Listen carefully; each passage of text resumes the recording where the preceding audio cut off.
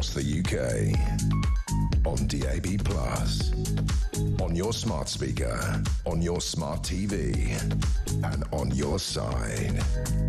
This is Talk.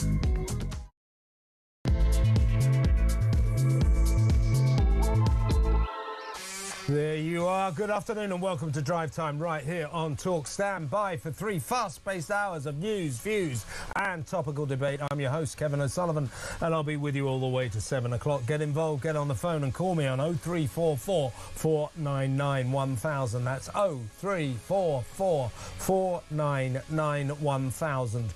Or you can WhatsApp voice note me on that same number, and I promise to play your message out. It is Wednesday, March the 3rd, is it? Yeah.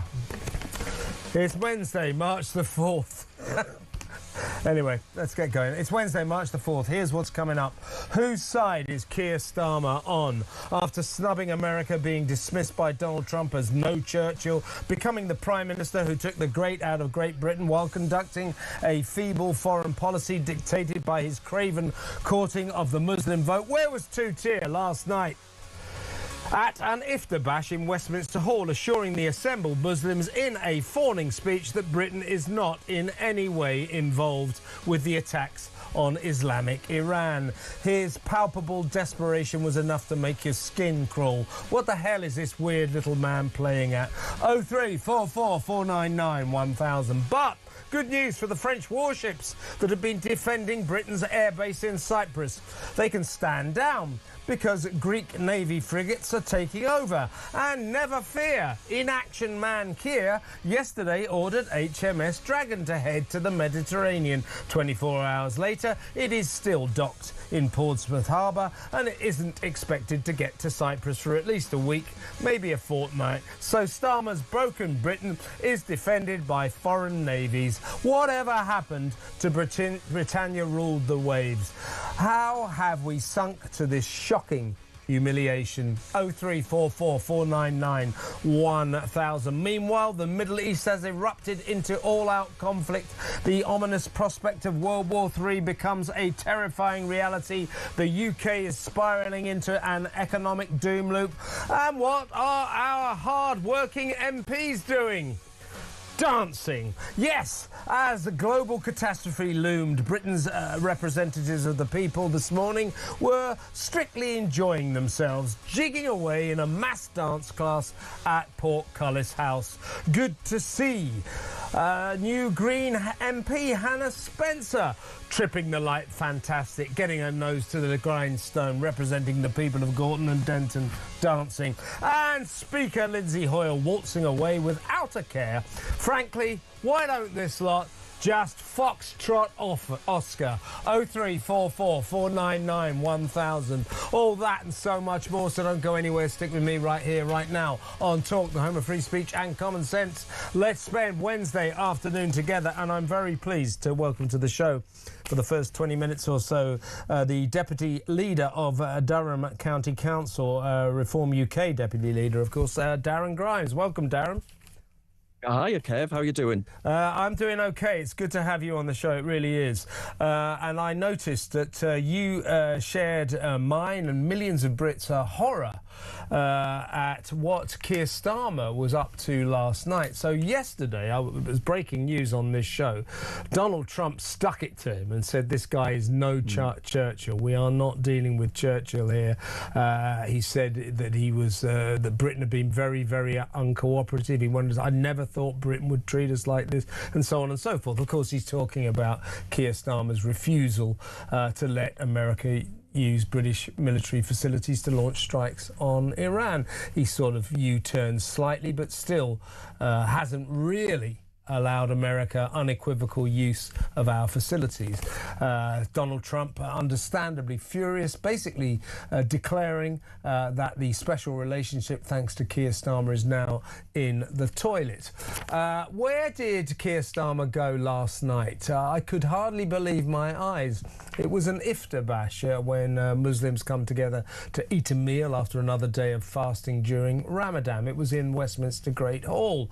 And Starmer gave a desperate little speech assuring them that Britain is not involved in this conflict with Iran. It made my flesh crawl. Let's just have a little look at some of this speech. But on Iran, I want to make clear the UK was not involved in the offensive strikes of the US and Israel. And that remains the case.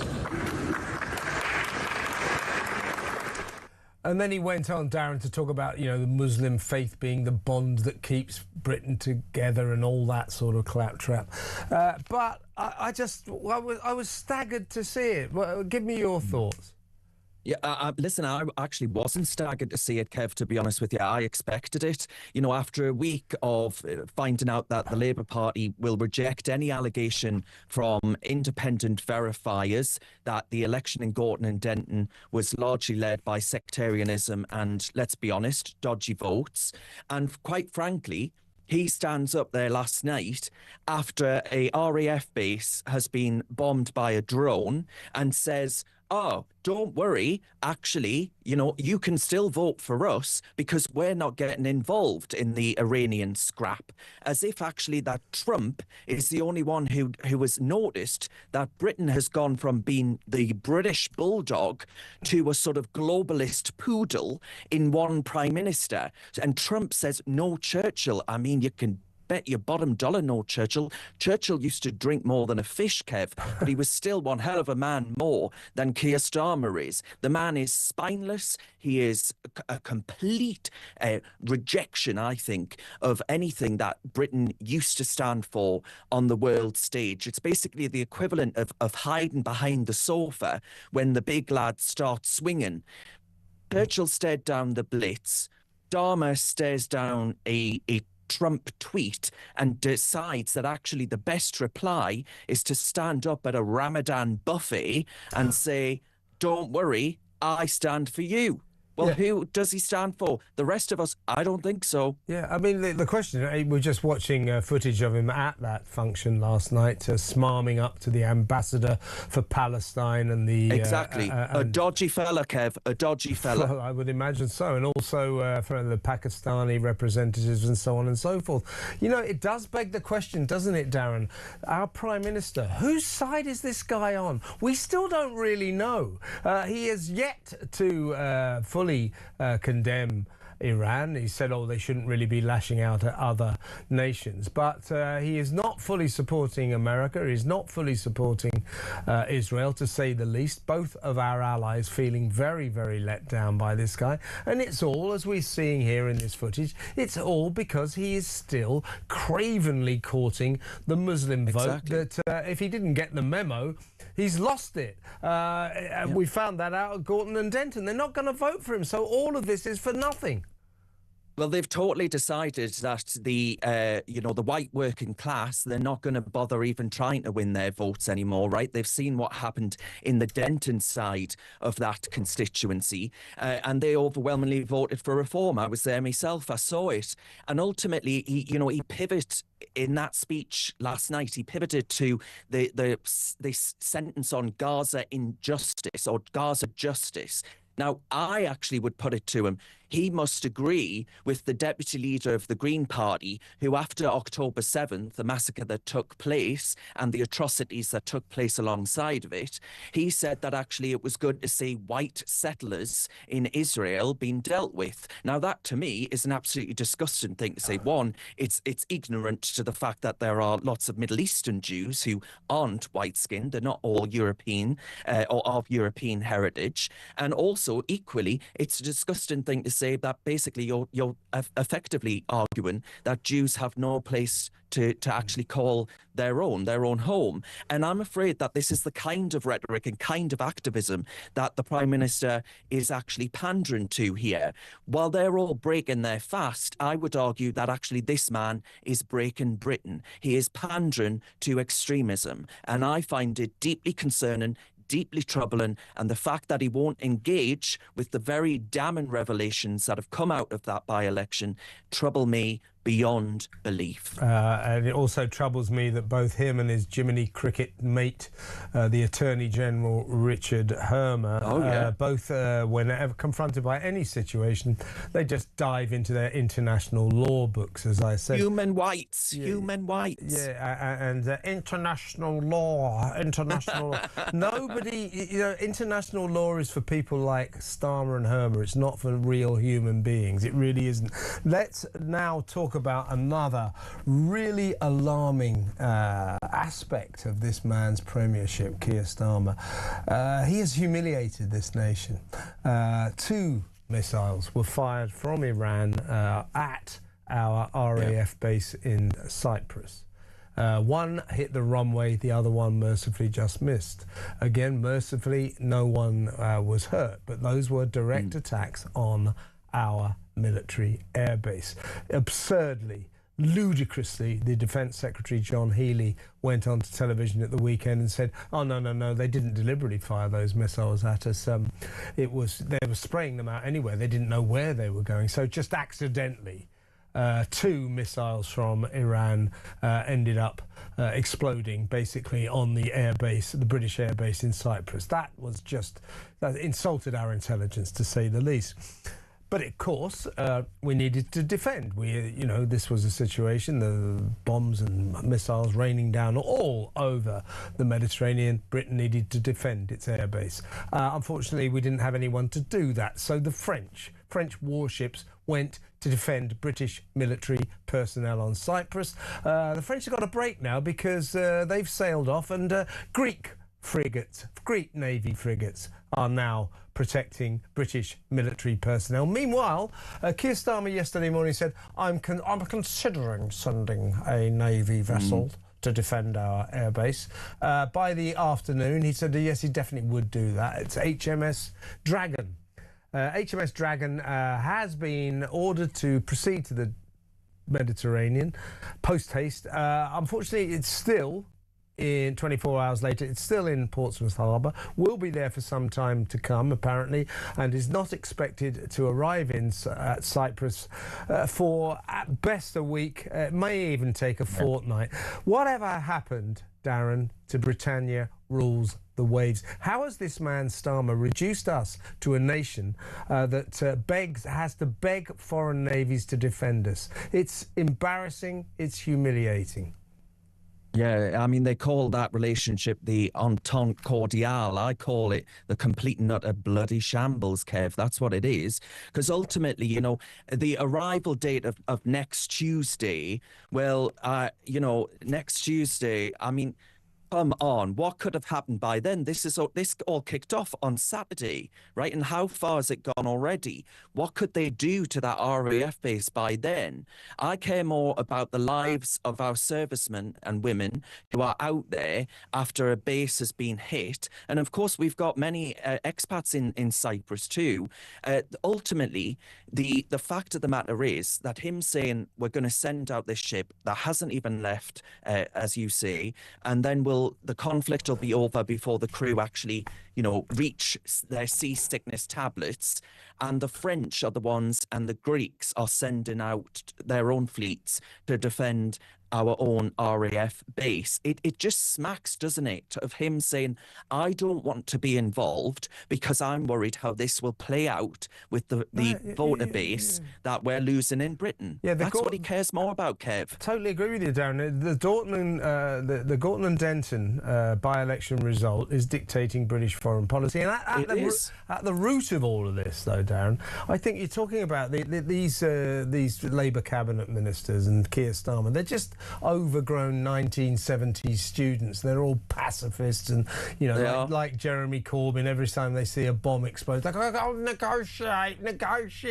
Look, it is what it is. We have a potential world war on our hands, and we have an administration, a government that won't confront the reality of it, of preferring to disappear into the international law books and shouting for de-escalation. He says, de-escalate, we've got to de-escalate. Calling for de-escalation in the Middle East right now is like standing in front of a tidal wave and asking it politely to stop. It's ridiculous. It's ridiculous. Now, Darren, this is what I really want to get your thoughts on. You're going to love this. So, as we've been discussing, ominously, the world could literally be on the edge of World War III. The Middle East is erupting into all-out conflict. Hundreds of thousands of people stranded, thousands of people injured, many killed. Meanwhile, back here in Britain, the country is in an economic doom loop. The cost of living crisis gets worse by the day. What are our MPs doing? What were they doing this morning? Have a look at this. I'll tell you what they were doing. They were at a dance class. These are MPs at Portcullis House this morning. Among them, guess what? Already with her nose to the grindstone, representing the people of Gorton and Denton, is the new Green MP for that constituency, Hannah Spencer. Also in the mix, there's old waltzing Matilda, Lindsay Hoyle, the Speaker. Actually, funny enough, dancing with Angela Rippon there. But the rest of them are MPs. Now, come on, Darren. These people are... we talked of an embarrassment for the country. I think these people are an embarrassment for what should be our representatives of the people. It's unbelievable, isn't it? It is unbelievable. I mean, we were talking earlier about the Royal Navy. Well, actually, we've been reduced so much as far as the fleet's concerned that actually it might start to outnumber the number of Labour MPs that are actually left in the House of Commons after the next election. Now, mark my words. But ultimately, you're right. The world is teetering on the edge of World War III. RAF base is under attack, and our MPs decide that now is the appropriate time to do the cha-cha slide in Portcullis House. You know, I think actually we're all wishing that they would do the cha-cha slide right out of office and let somebody else have a go, because we're ultimately dancing while the Middle East burns, and it's a perfect metaphor for Westminster in 2026. All rhythm, zero resolve, knee ideas, and the country is totally out of luck with these clowns. Yeah, It really is. I agree with you, Darren. I mean, to be fair, you know, MPs, even in times of crisis, they're allowed to have down times. Everybody needs a break. But given the circumstances, given what's going on, the fact that these politicians couldn't recognise that this was not the time to be filmed Strictly Come Dancing is extraordinary and an indication of exactly how low the calibre is of our representatives in Parliament these days. Ignorance is bliss. That's exactly what it was, Kev. Ignorance is bliss. Yeah. They'd rather put their fingers in their ears and actually hope that it all goes away. They are juvenile beyond extreme. And as I said in my monologue, as far as I'm concerned, they can all foxtrot Oscar. Darren, it's great to have you on the show. Come on again soon. That's the brilliant Darren Grimes. He is Reform UK's Deputy Leader of Durham County Council. Next up, we'll talk about this extraordinary situation with HMS Dragon still in Portsmouth, while Greek frigates now defend our military base, our air base in Cyprus, the French having been doing it for the past few hours. I mean, what on earth is going on? Rule Britannia? Does Britannia rule the waves anymore? It doesn't look like it, does it? What's happening? We will talk to former Middle East Minister, former Chairman of the Defence Select Committee, Tobias Ellwood, about all this next. Stay tuned.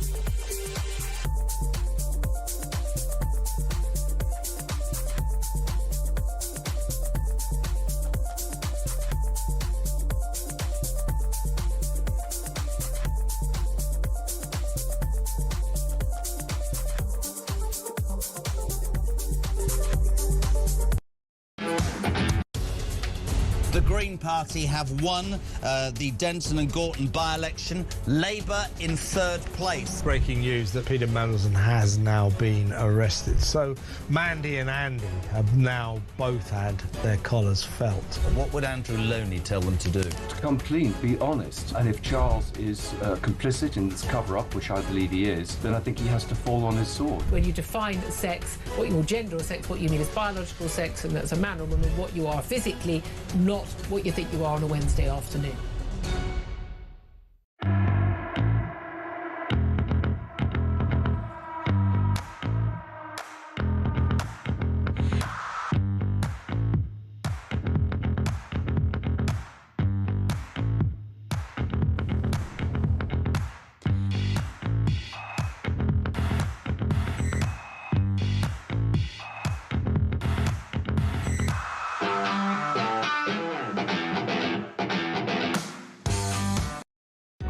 Across the UK, on DAB+, on your smart speaker, on your smart TV, and on your side. This is Talk. Welcome back. I've got a quick the message from, this is from Jeremy. He said, I can't remember, we're talking about the Falklands War back in 1982, and in terms of the fact we don't seem to even be able to launch our HMS Dragon to go to the Mediterranean to defend our military base there on Cyprus. Jeremy saying, I can't remember, how long did it take Maggie Thatcher, to get the task force to the Falklands? 1982 that was. Well, she certainly deployed that task force almost instantly. So that was an entire fleet of warships, aircraft carrier and so on and so forth, actually dispatched pretty damn quickly. Now, it seems we cannot even get one boat to go to the Mediterranean to defend our air base on Cyprus, which strikes me as something of a scandal. So let's talk to former Middle East Minister, former Chairman of the Defence Select Committee, and perhaps very relevantly in this instance, former soldier Tobias Elwood. Good afternoon, Tobias. Good afternoon to you. What are your feelings about this? I mean, it does seem terribly humiliating. You know, Britannia rules the waves. For several days this week, as the Middle Eastern war has erupted, after 2 missiles were fired at our air base in Cyprus, the French warships were protecting British military personnel there, and now apparently the French have been given a break because the Greek Navy, Greek frigates have gone in to do that job. We remain conspicuous by our absence. The Prime Minister yesterday deploying HMS Dragon to go there, which hasn't even left Portsmouth yet, Portsmouth Harbour, and is not expecting to get there for a week. I mean, this is humiliating for a naval nation like us, isn't it? It is indeed, and it shows that we're still in peacetime mode. The worst kept secret on the international circuit has been the prospect of America preemptively striking Iran. Therefore, all the protocols should have been brought out the drawer, all the dress rehearsals, all the planning should have been brought to the fore to say, what do we do if this happens? And that means tasking ships, frigates and destroyers to the relevant parts of the world to protect our assets. And Cyprus is right up there at the top of the list. It begs another question, though, as to why you are sending a destroyer. It isn't so much that it's going to protect the maritime waters that are around Cyprus or in the near offshore. It's actually because of the air defense capabilities that the Type 45 possesses. The Samson radar is the best in the world. From an air defense perspective, it can take out multiple targets at range. The trouble is we have nothing on the ground. We have no air defense capabilities over Cyprus. We have none over London either. We have nothing like the Iron Dome construct that we see working so formidably in Israel. This is the sort of thing the United States have. This is the sort of thing every country needs with the advancement of drones, particularly those Shahad kamikaze drones that Iran has an endless supply of. I repeat that, an endless supply of. And we're now shooting some of these drones incoming down with weapon systems that are 20 times more expensive than the actual drones themselves. The sort of thinking that goes in there to develop our defense posture to respond to modern warfare has clearly not been visible. I call for an increase in defense spending to upgrade our maritime, our land, and indeed our air components back in 2019. It takes a number of years to build these platforms, to get them out to sea. And as we see, we're now we have 6 destroyers. And with destroyers, a couple are preparing to go out. The training is taking place. A couple are on duty, out doing their functions, and then 2 are on long-term repair, being upgraded. And that means you only have 2 available. There's a rotation of 3 at any one moment. We simply don't have enough. At the end of the Cold War, we had 50 frigates and destroyers. Today, we have less than a dozen. Now, in fairness to the government, there are more coming through the pipeline, but they're not there yet. Yeah, sorry to interrupt there, Tobias, but that obviously we take all of that on board. Our depleted military forces are a sad fact of life. But that notwithstanding, isn't the Prime Minister guilty of, an egregious lack of preparation? As you said, everybody knew this was coming. Surely he should have deployed some of our naval force, maybe even military force, to that region to protect British interests, particularly the Cyprus airbase. Instead, nothing. All he seems to have done is to have stuck his head into his beloved international law books to decide whether or not this dispute or this conflict is legal. Frankly, that's a complete waste of time now. And I just think he's at heart. I don't condemn him for this, but at heart, he's a traditional old lefty socialist pacifist. So as this war erupts, and it is massive, it is a massive war going on, what is he doing? He is calling for de-escalation. He's got his nose in his international law books with his mate Richard Hermer. Frankly, international law doesn't even matter at the moment. It is what it is. We're seeing that.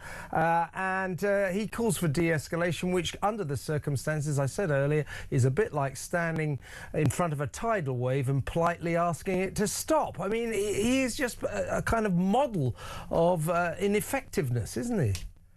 Yeah, well, you covered a lot of issues there. I mean, firstly, just on the question itself, the first thing that happened, quite rightly, when the attack started taking place on the weekend, is a Cobra was called. That's the moment then to say, where are our assets? We need to move them into the right places. Action, please. And nothing happened. That's when you should have moved your Type 45. But I go back to what I was saying before, is that this was no secret what America was about to do, given the fact that they had put all their assets into the Mediterranean. That was the moment then to say, weeks ago, what's going on here? Let's make sure that our interests around the world are then protected. What's our maritime capability?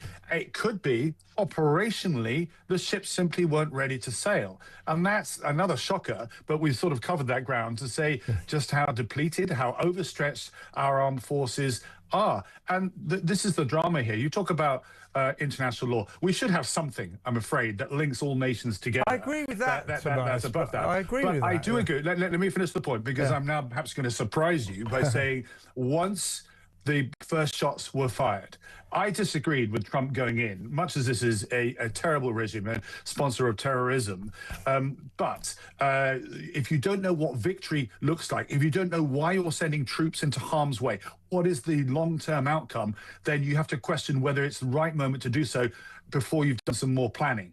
That said, once you've crossed the line, or America in this case has crossed the line, the circumstances change. This has been, for generations, a country that has sown so much discord, instability across the Middle East. They've attacked other nations, they've used their proxy influence, and the world has complained about it, but not done anything about it. Now we have a potential for regime change. There's no doubt about that. Yeah.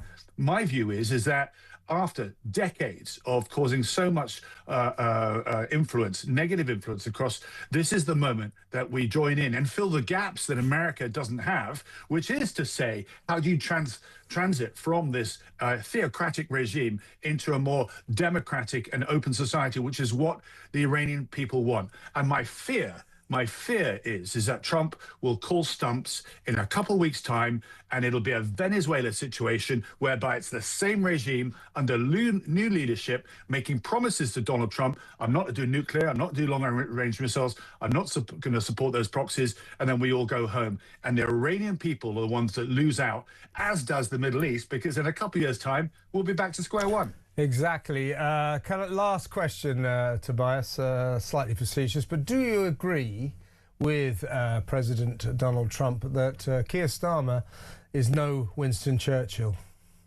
Well, I think I understand why he's actually said that. We don't get to pluck a Winston Churchill when we need them. I mean, there's a wider debate that we are not getting the energized leadership, the strategists that require us to take Britain into a higher level of command and statecraft. We simply don't get them.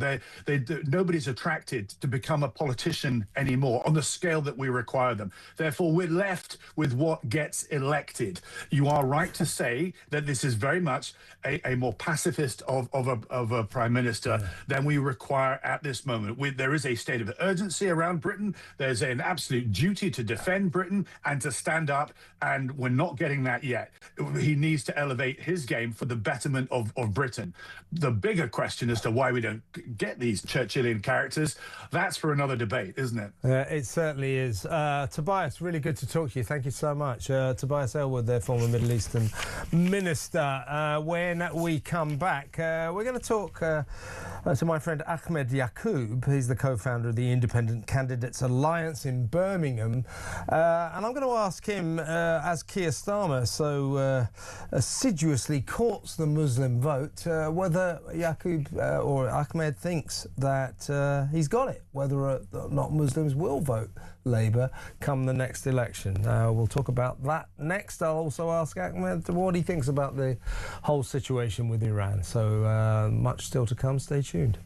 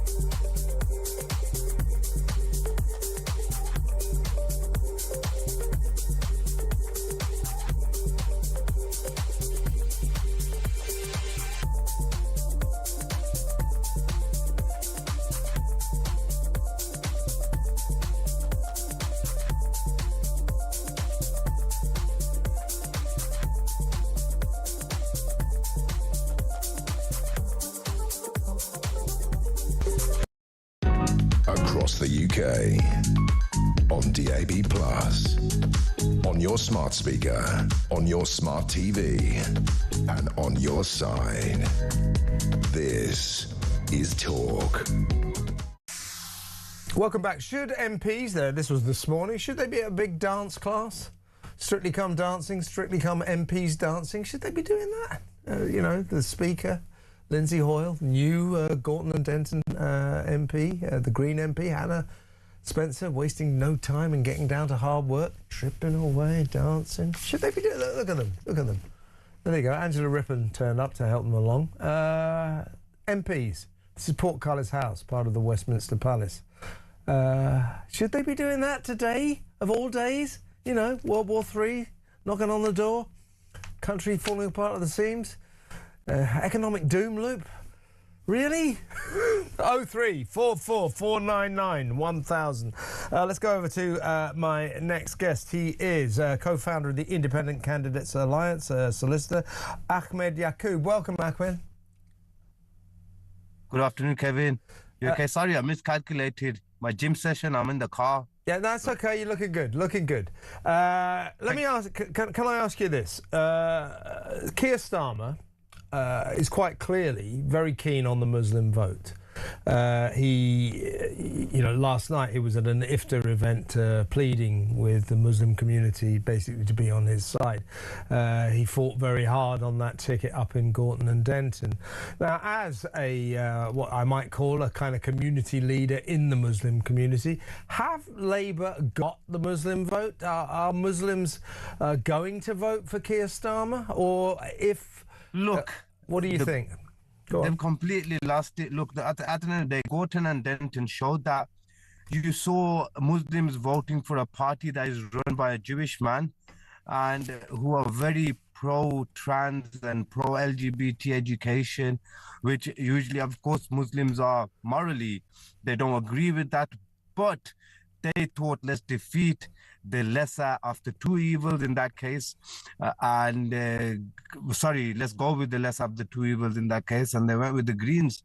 So they have lost it, in Gorton and Denton, for people to go out in numbers and vote for the Green Party, it just shows that they have lost the Muslim vote. Yeah. Well, Ahmed, explain why. Why is it, in your view, I mean, it certainly was indicated at Gorton and Denton that Muslims won't be voting for Labour. Why is that? Why is that? Okay, where do we start? In 2019, when Keir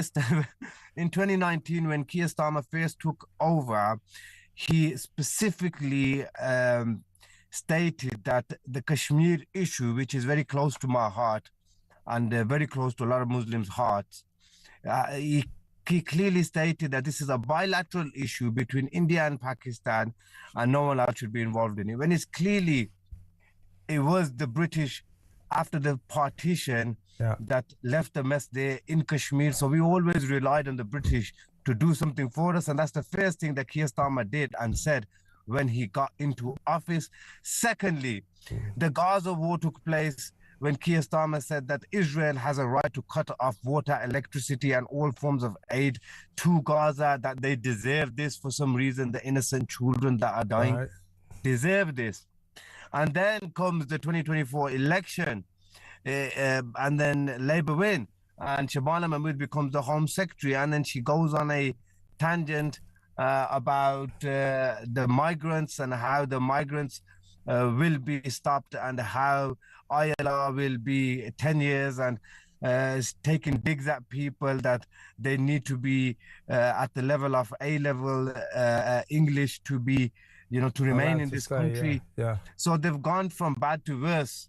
And then now you have the Iran situation, and sooner or later they will jump in.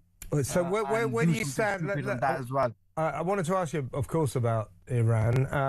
What's your feeling about Keir Starmer's reaction to what's happened in the Middle East? Because, of course, he's at great pains to stress that Britain is not involved in this conflict, and I think he's done that because he wants to appeal to the Muslim community. But at the same time, he did kind of U-turn and change his mind in terms of allowing America to use British military facilities, air bases, to launch strikes on Tehran. So where do you stand? Hang on, you're twisting around now. You okay? No, sorry, I got a phone call. I had to think it. Okay. All right. Are you back? That's good. Okay. So where do you stand on Keir Starmer's stance on Iran? Well, it's wishy-washy, isn't it? I mean, he's not being straight up honest about it. If he didn't want to get involved at all, he should say, I don't want to get involved. And if you are not involved, then why are the US still using your air base in Cyprus? And you put in British citizens at risk, British soldiers and British troops at risk for who? For America, who has unfortunately Keir Starmer's leash. Why can't we be straight up like the Irish, straight up like the Spanish? Say, no, we don't need your air bases here. We don't need anything from you. We can deal with things ourselves, and we are not going to get involved in wars that have nothing to do with us. Plain and simple. Yeah. Even yesterday's speech was a bit wishy-washy. Yeah, Ahmed.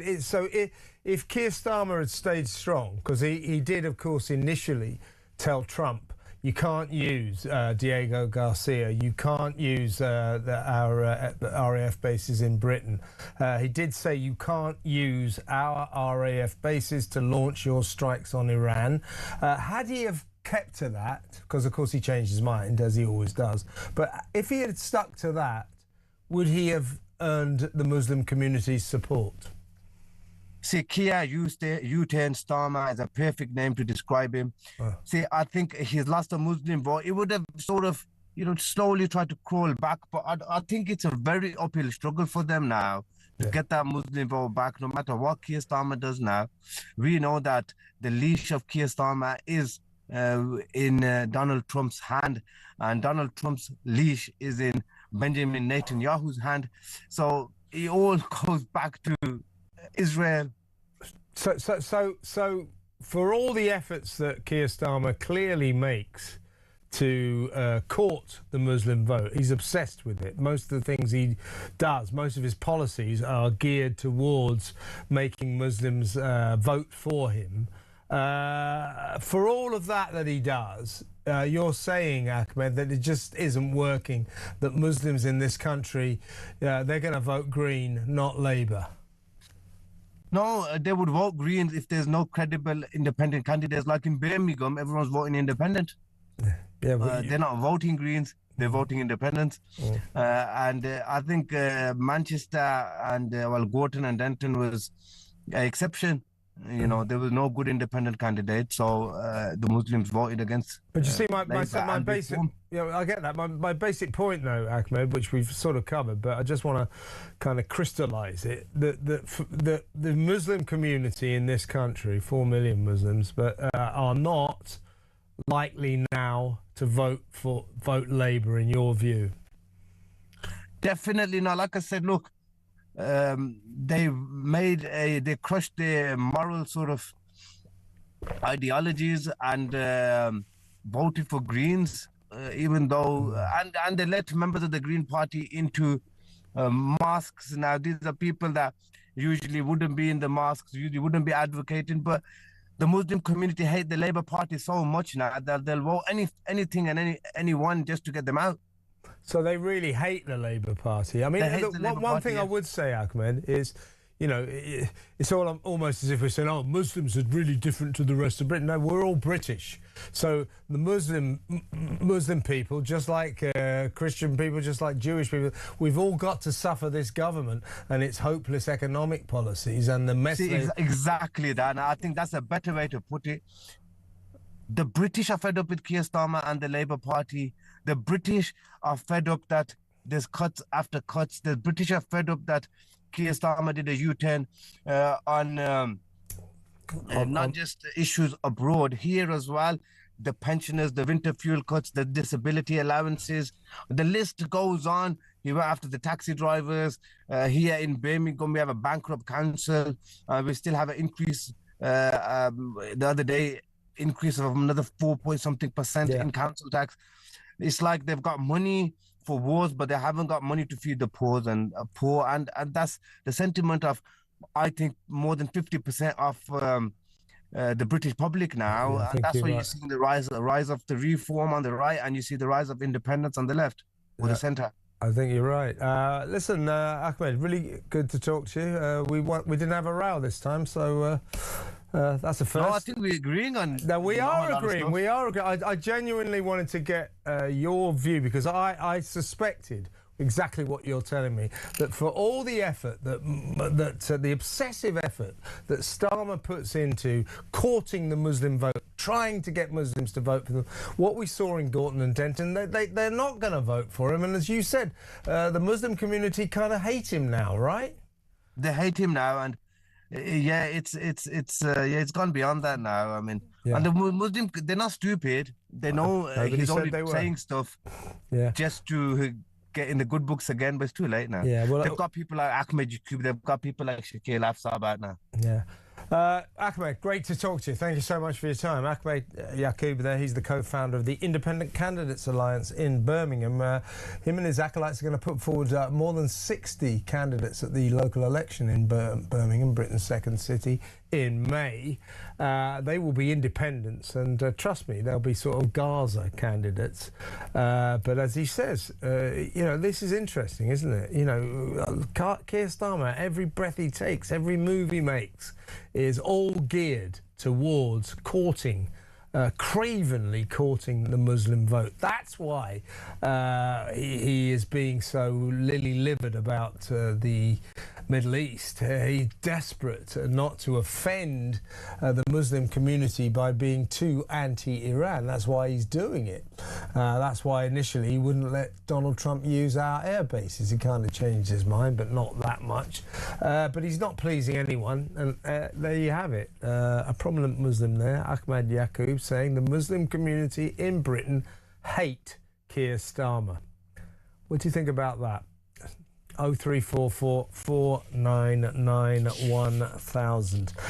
When we come back, we'll go back to the issue of HMS Dragon, our naval capacity, our naval capability, and what the hell's going on in Cyprus as our military personnel at our Cyprus air base are defended first by the French and now by the Greek navies. That is humiliating. Britannia no longer clearly rules the waves. 0344 499 1000. That next, stick around.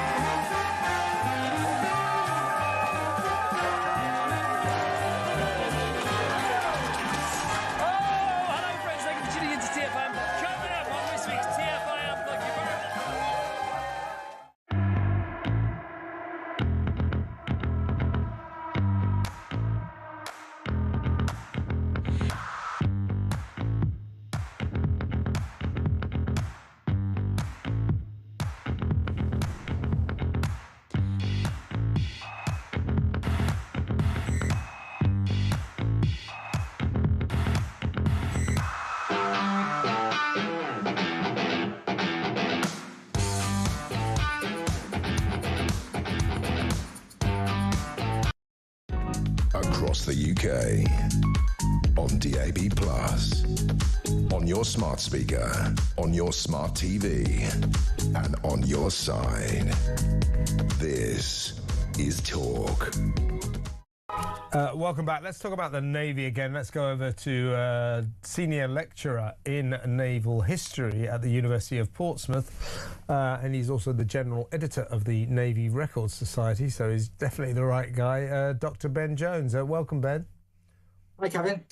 Right, you're in Portsmouth, probably not too far from HMS Dragon as we speak, as it laboriously prepares to go to the Mediterranean. Now, given that, you know, the American attack, an impending attack on Iran was the worst kept secret in military history, does it surprise you, Ben, that Britain, when war actually did break out this past weekend, had not a single naval vessel in the Mediterranean? I think that's a comment on decades of lack of naval investment and investment in the military. Ships don't build themselves, and you know the Navy has been contracting quite a lot in recent years because ships are just going out of service because they're old. You know, the government in a way is unlucky in that there's been a continuous naval presence with a frigate or destroyer in the Persian Gulf from 1980 until December last year, when HMS Lancaster was retired, and there was no ship to send to replace her.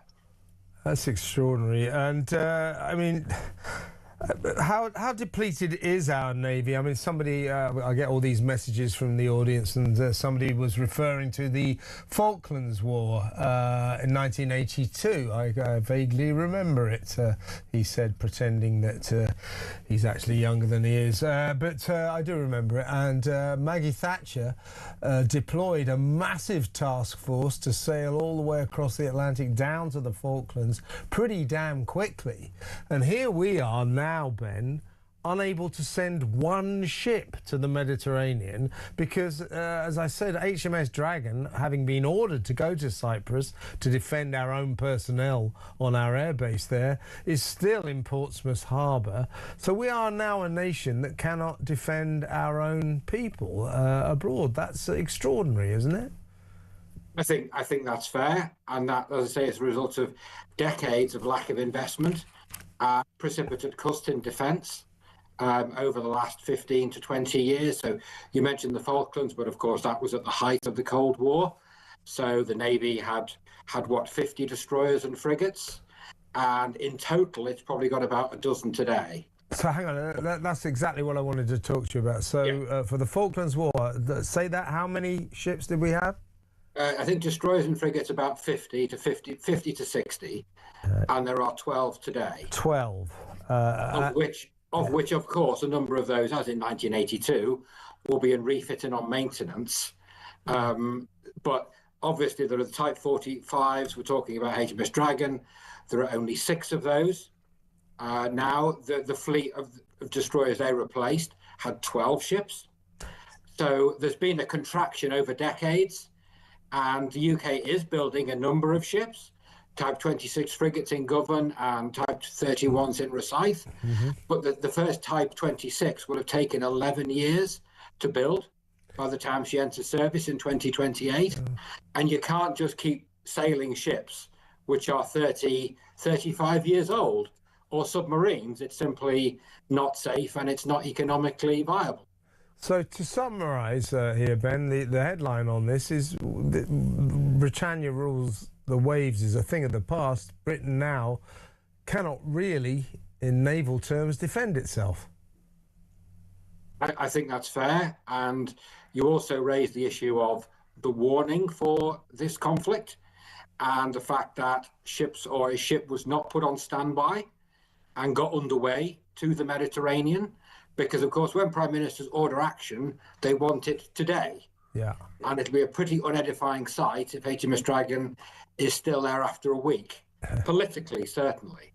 And just on that score, Ben, in terms of HMS Dragon, if a ship is in dock a naval ship is suddenly ordered, right, get yourself to Cyprus, there's action on the cards. You can't just sort of cut the ropes and head out. How long does it normally take to prepare a warship to set sail? It depends on the nature of those ships at readiness. Clearly, she was I think, in maintenance and was going to be tasked and now has been retasked. But this will be the Navy's #1 priority, having been ordered to do this, to get that ship stowed and to sail as quickly as possible. How long will that take, though? I mean, how potentially could it be 3 days before the ship can even set sail? It said now I've heard it could be next week, so it could be a week from being ordered to being the ship having set sail. And then how long would it take for that HMS Dragon? Let's say it sets sails in a week. How long would it take to get to Cyprus? That's a week. So we could be talking about 2 weeks from now before it finally arrives. We're probably talking about a week after she set sail. So absolutely, we could be talking that long. But again, if you've got warning, ships moving at 30 miles an hour, they haven't got much faster. Yeah. Submarines have, but not ships. It's a question of having warning and then getting them underway, or for example, getting a ship to Gibraltar, for example, which is then much closer. Tell you what, Ben, really good to talk to you, but this is all very disappointing, depressing and extremely worrying. Ben, great stuff. Thank you very much. Dr. Ben Jones there, Senior Lecturer in Naval History at the University of Portsmouth, not far from the still static HMS Dragon. Him saying that it might take 2 weeks before it gets to Cyprus. Brilliant. Next up, Emma Trimble on the big stories of the day. You better stay tuned.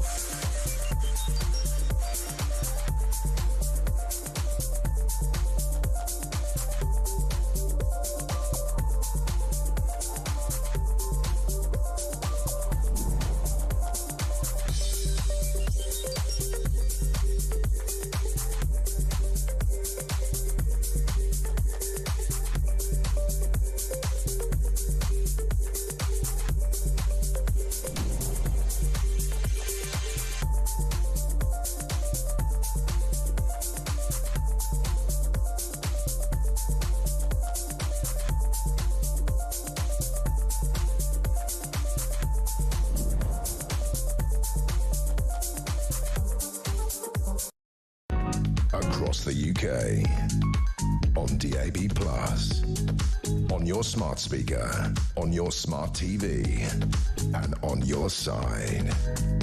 This is Talk.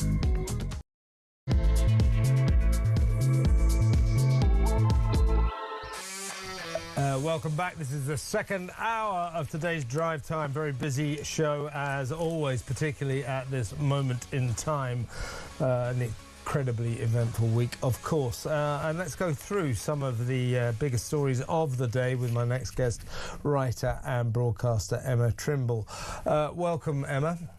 Good to be with you as always, Kevin. A pleasure to have you on the show. First of all, what did you make last night of the Prime Minister? This was on a day where he'd spent the day being lambasted by Donald Trump, saying he's no Winston Churchill. We'll play you a bit of that video in just a second. And during his put down of Starmmer, at one point the president said this man, Keir Starmer, his foreign policy is being dictated by his craven pursuit of the Muslim vote. So this was the backdrop to what Keir Starmer did last night. He went to an iftar event where Muslims gather to eat some food after fasting for the day during Ramadan. So there he was making this speech, insisting, no, we're not involved. No, please vote for me. Please vote for me. So that was what he did. And it just seemed craven. It seemed desperate. This guy's, everything he does seems devoted towards making himself appealing to Muslims, and he's lost their vote. Somebody should tell him. Didn't he get the memo about what happened last week in Gorton and Denton? Well, craven, I think, is exactly the right word for it, Kevin. I think that there are two aspects to this. The first is that I think Keir Starmer, especially because of that by-election result, is very aware of the fact that the Muslim vote is nipping at Labour's heels. They have lost, in the last general election, more than 20% of the Muslim vote. A number of their biggest Labour figures, people like Wes Streeting, have had their majority significantly cut by independent Muslim candidates. And now we've seen this very successful, highly sectarian campaign by the Greens. I think that Keir Starmer realises just quite how significant this is for the Labour Party. And then, of course, the other aspect of this, because it wasn't just this iftar, it was on a number of other occasions as well, he kept repeating, we have not been involved in offensive action against Iran, over and over and over again. And I think that ultimately, and this touches on the point that Donald Trump was making when he said that he's no Churchill, is that Keir Starmer is fundamentally, more than anything, a coward. And he hides behind international law in order to shade his cowardice from being seen by the public. But you're right, Kevin, when you say that it's absolutely craven. He's not a good enough leader, not a good enough politician to be able to take any kind of robust moral position. Instead, he replaces all judgments by deferring to international law so that he doesn't have to make up his own mind, because frankly, Kevin, I don't think he's capable of it. I agree with you. I think he is a moral coward, and that basically is what Donald Trump was saying about him yesterday. Let's remind ourselves, we were actually live on air. We went live to the White House where the president was talking to the German Chancellor Friedrich Merz in the presence of the world's media, and he let rip at Sir Keir Starmer. Let's remind ourselves of what Donald said. By the way, I'm not happy with the UK either. That island that you read about, the lease, okay, he made it for whatever reason, he made a lease of the island. Somebody came and took it away from him. And it's taken 3-4 days for us to work out where we can land there. It would have been much more convenient landing there as opposed to flying many extra hours. So we are very surprised. This is not Winston Churchill that we're dealing with. This is not Winston Churchill that we're dealing with. Incredibly humiliating moment for Keir Starmer, because everyone's going, Yeah, you're right, Donald. He really is not. He's like the Keir Starmer is like the polar opposite of Winston Churchill, isn't he? How have we come from Winston Churchill to Keir Starmer? I think there are fewer worse prime ministers throughout our history who could possibly be in a worse position to lead us through the increasingly tense and chaotic global situation at the moment. He really is, as you say, the polar opposite of Winston Churchill. And frankly, he's embarrassing our country. The message that this projects to the rest of the world, not only to our allies, but also to our enemies, is that Britain is defenseless because we don't have leadership that is willing to stand up for us. As I said before, the same with the Chagos Islands, deferring to this judgment from the International Courts of Justice, which was only advisory. We didn't need to follow it. We could have just said no, putting our national security at risk in order to be obedient to international law that is not obeyed at all or even remotely respected by our enemies. So all this does is leave Britain hamstrung. And then we have, as you've just been discussing with your previous guest, this ridiculous situation with the inability to deploy our Navy to defend our own RAF base in Cyprus. It's so embarrassing that it would be the French of all people that would come. Yeah, to be fair, Emma, the French have taken a break now, a well-earned break. And by the way, we should be grateful to our French friends for their navy protecting British personnel, military. No, of course not. But we should still thank them for doing it. It's terribly embarrassing, but somebody had to protect our people, and it wasn't us. Anyway, the French have been able to take a break now because the Greek Navy have now gone in to protect British military personnel. 2 Greek frigates, Navy frigates, are now off the island looking after our people.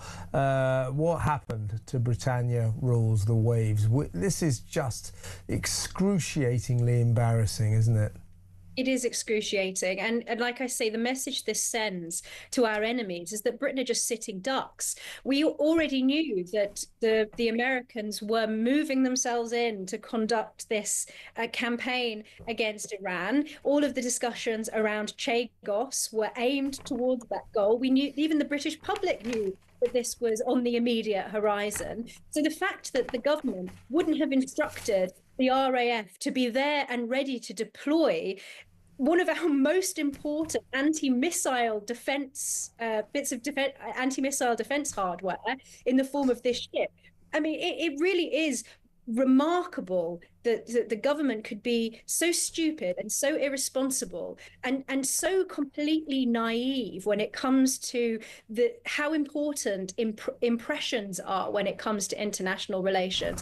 To China and to Russia, this is just communicating that Britain is defenseless, we're sitting ducks, we're hamstrung, and that our Prime Minister is completely naive. Yeah, exactly right. Now, I've just spoken to a naval military expert.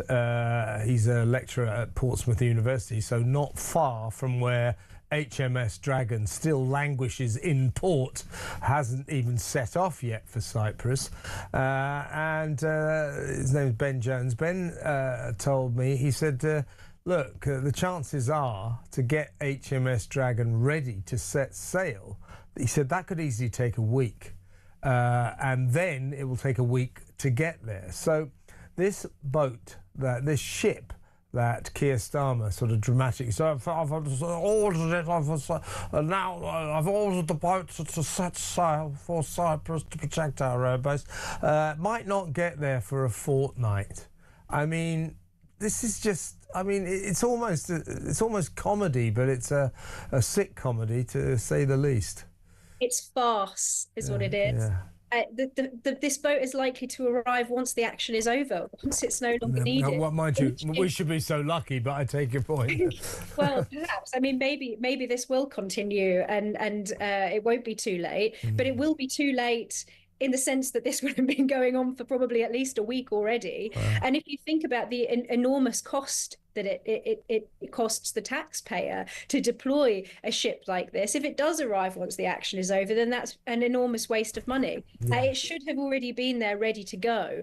And I think, as I say, this shows the naivety of the Prime Minister. Even the fact that he's been, as we were saying, Kevin, going around doing these speeches saying we were not involved in the offensive action. We were only involved in defensive action, because of course he's trying to line himself up so as not to be accused of violating international law in any way.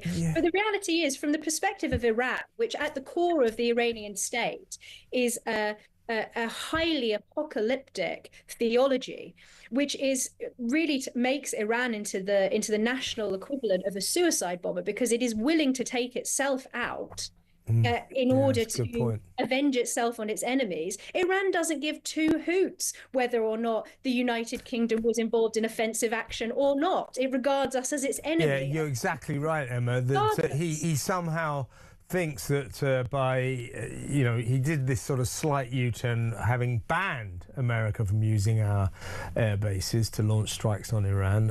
Absurdly, in my view, ludicrously. He should never have done that. But he finally, on Sunday afternoon, didn't he, sort of slightly change his mind. So as long as the attacks are on Iranian missile storage units and they are strictly in defensive nature, then I have established that it is legal to allow America to use our air bases. He's just lost in international law. International law, it has its purpose, but basically it is meaningless. It is meaningless. The Americans and the Israelis will justify their action under international law because they'll say it was essentially defensive in nature, and the Iranians and the United Nations will say they broke international law, and we'll all go whoop-de-doo and nothing will happen. Keir Starmer, in his worship, is revering of international law, is worshipping a false and pointless God. I think he's doing this primarily for the sake of his lawyer friends. I mean, this is not. He can't possibly be so naive as to think that Iran cares at all whether we were involved in offensive or defensive action. And that would be just completely absurd. So I think that this is. Again, Keir Starmer is doing this for his mates like Lord Hermer. They want to be on the right side of international law. But the reality is that there is no international rules-based order unless there's enforce it. And who has been the world's policeman? None other than the United States. And another point that has been made by Lord Nigel Biggar, who is professionally an academic ethicist, is that there have been cases where intervening in a foreign conflict was morally right, as in the case of Kosovo, but still was illegal according to international law. If NATO troops hadn't have gone in, there would have been, I mean, there already was a genocide, but it would have been so much worse. And what I'm not saying that is a comparable situation to what's been going on in Iran, but Iran has slaughtered tens of thousands of its own people who have been protesting and trying to overthrow the regime. And so I think that Keir Starmer is blinkered by this naive approach that other countries like Iran, which is, as I say, highly irrational. This apocalyptic theology is at the core of its state. It doesn't behave rationally. It's why it's been so unbelievably destabilizing in the region for so many years. He's acting as if Iran is a rational, reasonable country. And thinks in the same terms as his lawyer. And of course, Iran is a Muslim country, and he's trying to appeal to the Muslim vote back here in Britain. Gorton and Denton is dictating British foreign policy at the moment. Let's not upset the Muslims, which is ridiculous. And what Keir Starmer and his little mate Richard Hermer ought to get on board is international law is all things to all men. It can be interpreted in any way you like. It is a loose construct that has its purposes at times, but right now, in the heart of a massive conflict, all-out war in the Middle East, is completely pointless, not even worth talking about. Absolutely ridiculous. Now, are you I'm going to change tack a bit here, Emma. Are you a fan of Strictly Come Dancing? I have never watched it in my life, Kevin. I am proud to say. I'll take that as a no then. However, well, you might enjoy this. So here we are. We're talking about, potentially the brink of World War III. The Middle East erupted into all-out conflict. We have an economic doom loop back here at home, a cultural crisis going on. Are you watching this? These are Britain's MPs this morning at Portcullis House. Strictly Come Dancing. You might see in the middle of that Hannah Spencer, the new Gorton and Denton MP, wasting no time in getting her nose to the grindstone, working hard to represent her constituents. Also in there's old Lindsay Hoyle, the Speaker. He's actually dancing around with Angela Rippon, who for some reason turned up. So here we are. This country, the world, in an almost unprecedented crisis, and our MPs are dancing this morning. What do you think about that? Islamists won't be liking that, seeing her dancing around like that. These MPs have just given themselves a 5% pay rise. They're taxing the British people to the point of excruciating pain. We're being taxed up to our eyeballs. They've given themselves a pay rise, and now while they're still on the clock, they're having a little dance around in Portcullis House. I think this really is a case of the old not reading the room properly, isn't it? It really feels as if it's mockery in some way. And just quickly to come back to your other point. Look at them, by the way. Just look, if you're watching on telly, look at them. These are our MPs today, of old days. It's unbelievable. As you said, Emma, until earlier this week, they earned something like £99,500 a year, £99,500 a year, pretty good salary. They've just been awarded a 5% pay rise. Their money's gone up to over 103,000, so they're in the six-figure salary league now. And man, are they working hard for it. Look at that. I mean, honestly, as you say, MPs, even in the darkest times, are entitled to break time, are entitled to downtime. But if this lot cannot see what a terrible look this is at a time like this, they are not fit to be representatives of the people. Am I right? It's the Ed Davification of our politics. Again, this actually goes back to our previous conversation about what message we're sending to the rest of the world, because how unserious does our government look to be doing stunts like this? What benefit do they think it has? Is it to try and make them seem relatable? Because I think arguably they already seem far too relatable. They seem so casual about their job that they barely seem to be doing it. That people want to see MPs being serious and taking care of the serious problems in our country. And you mentioned there already the new MP for Gorton and Denton, and the rising sectarian in this country that a lot of people are very, very worried about. One of the reasons why Keir Starmer will not be able, and why any government will not be able to take effective action when it comes to foreign policy, is because we have so many sectarian divides here at home that it constrains our foreign policy and it constrains our defence. These issues are so serious, and then you see these MPs like total cretins dancing around and making fools of themselves. It is, I mean, the timing of it is just frankly it's astonishing, isn't it? They keep dancing. Unbelievable. Emma, fantastic to talk to you. Let's talk again soon. Emma Trimble there, writer and broadcaster. Let me know what you think about dancing. I mean, I'm laughing, but if I didn't laugh, I'd cry. Are these people fit to be MPs? I mean, as I say, I don't want to be a killjoy. Even in the darkest times, MPs are allowed to have time off, but you might have thought that they might have realised that getting filmed doing that this morning was not a great idea, was it? 03444991000. Let me know what you think about our Navy. Do we rule the waves anymore? I don't think so. We are being defended in Cyprus. Our air base is being defended currently by Greek Navy frigates, and until today was being defended by our friends in the French Navy, French warships. British Navy nowhere to be seen. How embarrassing do you find that? 03444991000. Is Donald Trump right when he says, I think I know the answer to this, by the way, but let me know what you think. Is Donald Trump right when he says that Keir Starmer is no Winston Churchill? 03444991000. Let's talk about the American response to Britain's response to what's happening in Iran. Next, we'll go over to Errol Moore-Coach. He's a spokesperson for the Republican Overseas Organisation here in London. So that next, stay tuned.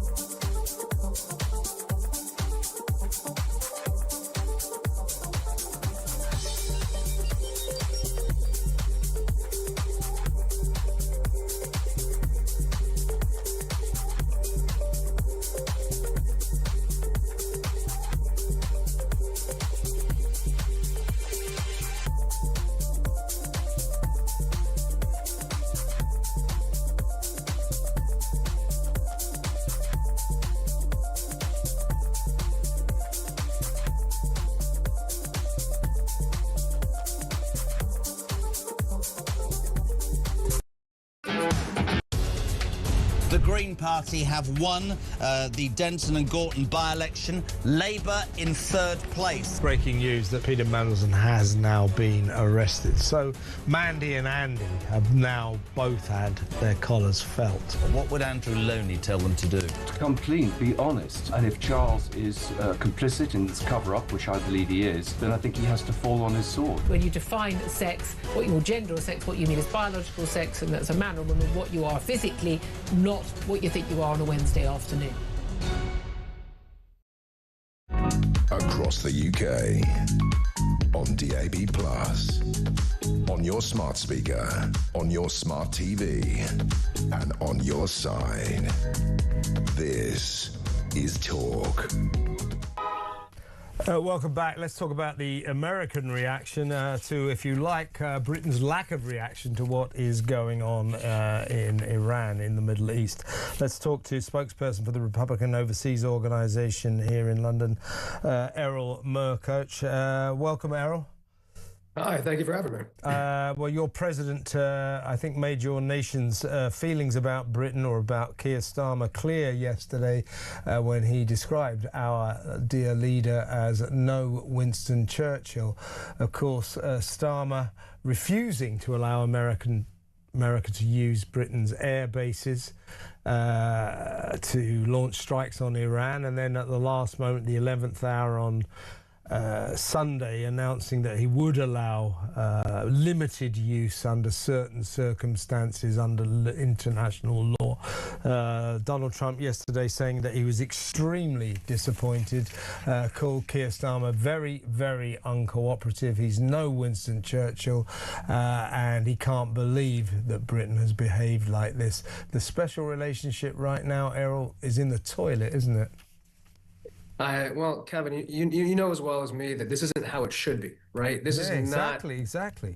This isn't how we constructed anything. This isn't how we intended anything. And so the one caveat here is that this can be ameliorated if there is a change of leadership or direction of the current leadership. But he still has a cordial relationship with Keir Starmer. But this has just crossed the line into bizarre. I mean, how ineffective does England want to be before America is forced to look for different partners? Look at Macron stepping up despite being functionally useless for the last decade, at least doing something. I mean, there needs to be somebody in Downing Street or who somehow to save this relationship right now, because we are losing trust in our greatest ally, and the Anglo-American alliance is fractured, but not unfixably so. When you look at the Chagos Islands, the confusion there, Trump trying to understand the British policy and finally throwing his hands up and saying, this is just insane. And we're getting to the point where I don't know how to fix this with the current administration in the UK. It is insane. The Chagos Islands deal is totally insane, but it is typical of our Prime Minister. He is enthralled. He worships the god of international law. And all he's done since the outbreak of the war at the weekend, you know, when America and Israel launched its strikes on Iran, is disappeared into the international law books to talk about international law. Has it been broken? Looking into the legality of the situation. In fact, all the left-wingers, including Keir Starmer in this country, their only reaction to this sort of massive outbreak of conflict, people dying, bombs dropping, is have America and Israel broken the rules? I mean, it's a bit late for all of that. The international law has its place, but when a conflict is going on, forget about it. Get real, and frankly, Errol, support your allies. Whether or not you agree with them, there's a time and a place. You know, when your friends do something, you should back them up.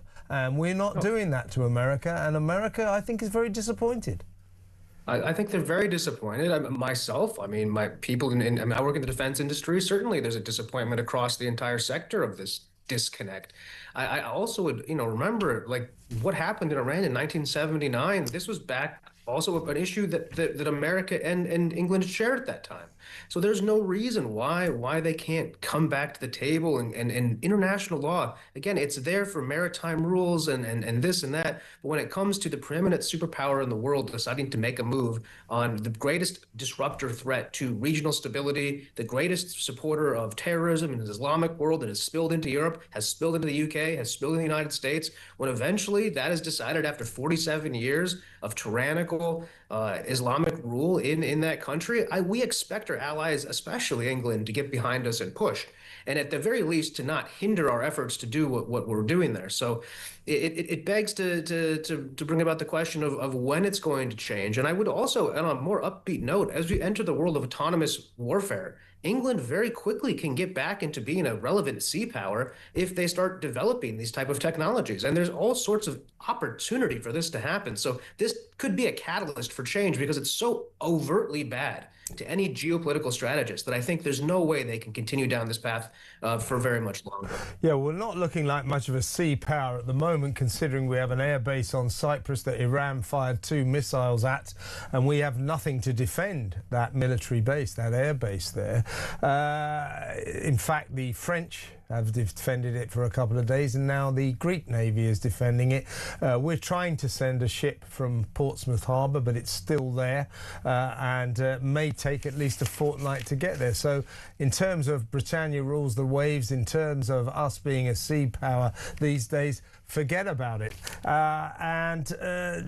Keir Starmer, they always said, he's just done a brilliant job maintaining the special relationship, kissing up to Donald Trump. They called him the Trump whisperer.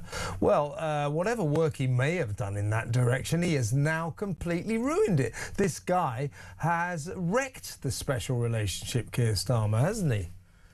Oh, absolutely. He has done, at least in the short term, irreparable damage to the way the U.S. is going to conduct it's foreign aggression in this situation. And I used aggression on purpose because we are being aggressively against the Iranian regime. And we conducted this as a preemptive strike against, them attacking us or attacking our ship. So if Keir Starmer, and I think it's not just him, it's the entire EU, Ursula von der Leyen going around tweeting, I had a meeting with this guy. I just got off the phone with the president of Turkey. Who cares? None of this matters. Why don't you come and join the actual game as opposed to sort of pretending that all these meetings matter? Meetings don't move the ball. Any corporation worth its salt has cut meetings down to a negative, almost negative event. So it becomes to speak of to the general malaise across the continent while the Americans have continued to press and press and press. Even look at Merz coming home to the German people and saying, we need to work harder. Maybe a 4-day-a-week work-life balance isn't going to really help us in the 21st century. So I think it's a collective thing from the continent that, I mean, again, it is crazy. The Greek Navy is somehow protecting the British Empire. What is going on? I think I'm not trying to like come down on you guys, but it's pretty weird. Trust me, we're down on ourselves about this. We are humiliated and embarrassed. I mean, good for the Greeks. I'd rather have the Greeks defend us than the French. So that's one good thing. But seriously, we're grateful to both the French Navy and the Greek Navy for protecting our military personnel on the island of Cyprus, which is under fire from Iran. But we are embarrassed and humiliated that we're not able to do this ourselves. And look, whatever you think about America and Israel's attack on Iran, it is what it is. There's no point in sticking your nose into the international law books to see if the rules have been broken. This is not the time for that claptrap. Get real, get with the program, and act according to the reality of what is going on. And what we should have done, first of all, the first thing Starmmer should have said is, we stand foursquare, shoulder to shoulder, with our two old friendly allies, America and Israel. But he didn't do that for reasons that you will be aware of, Errol, because of your connection to this country.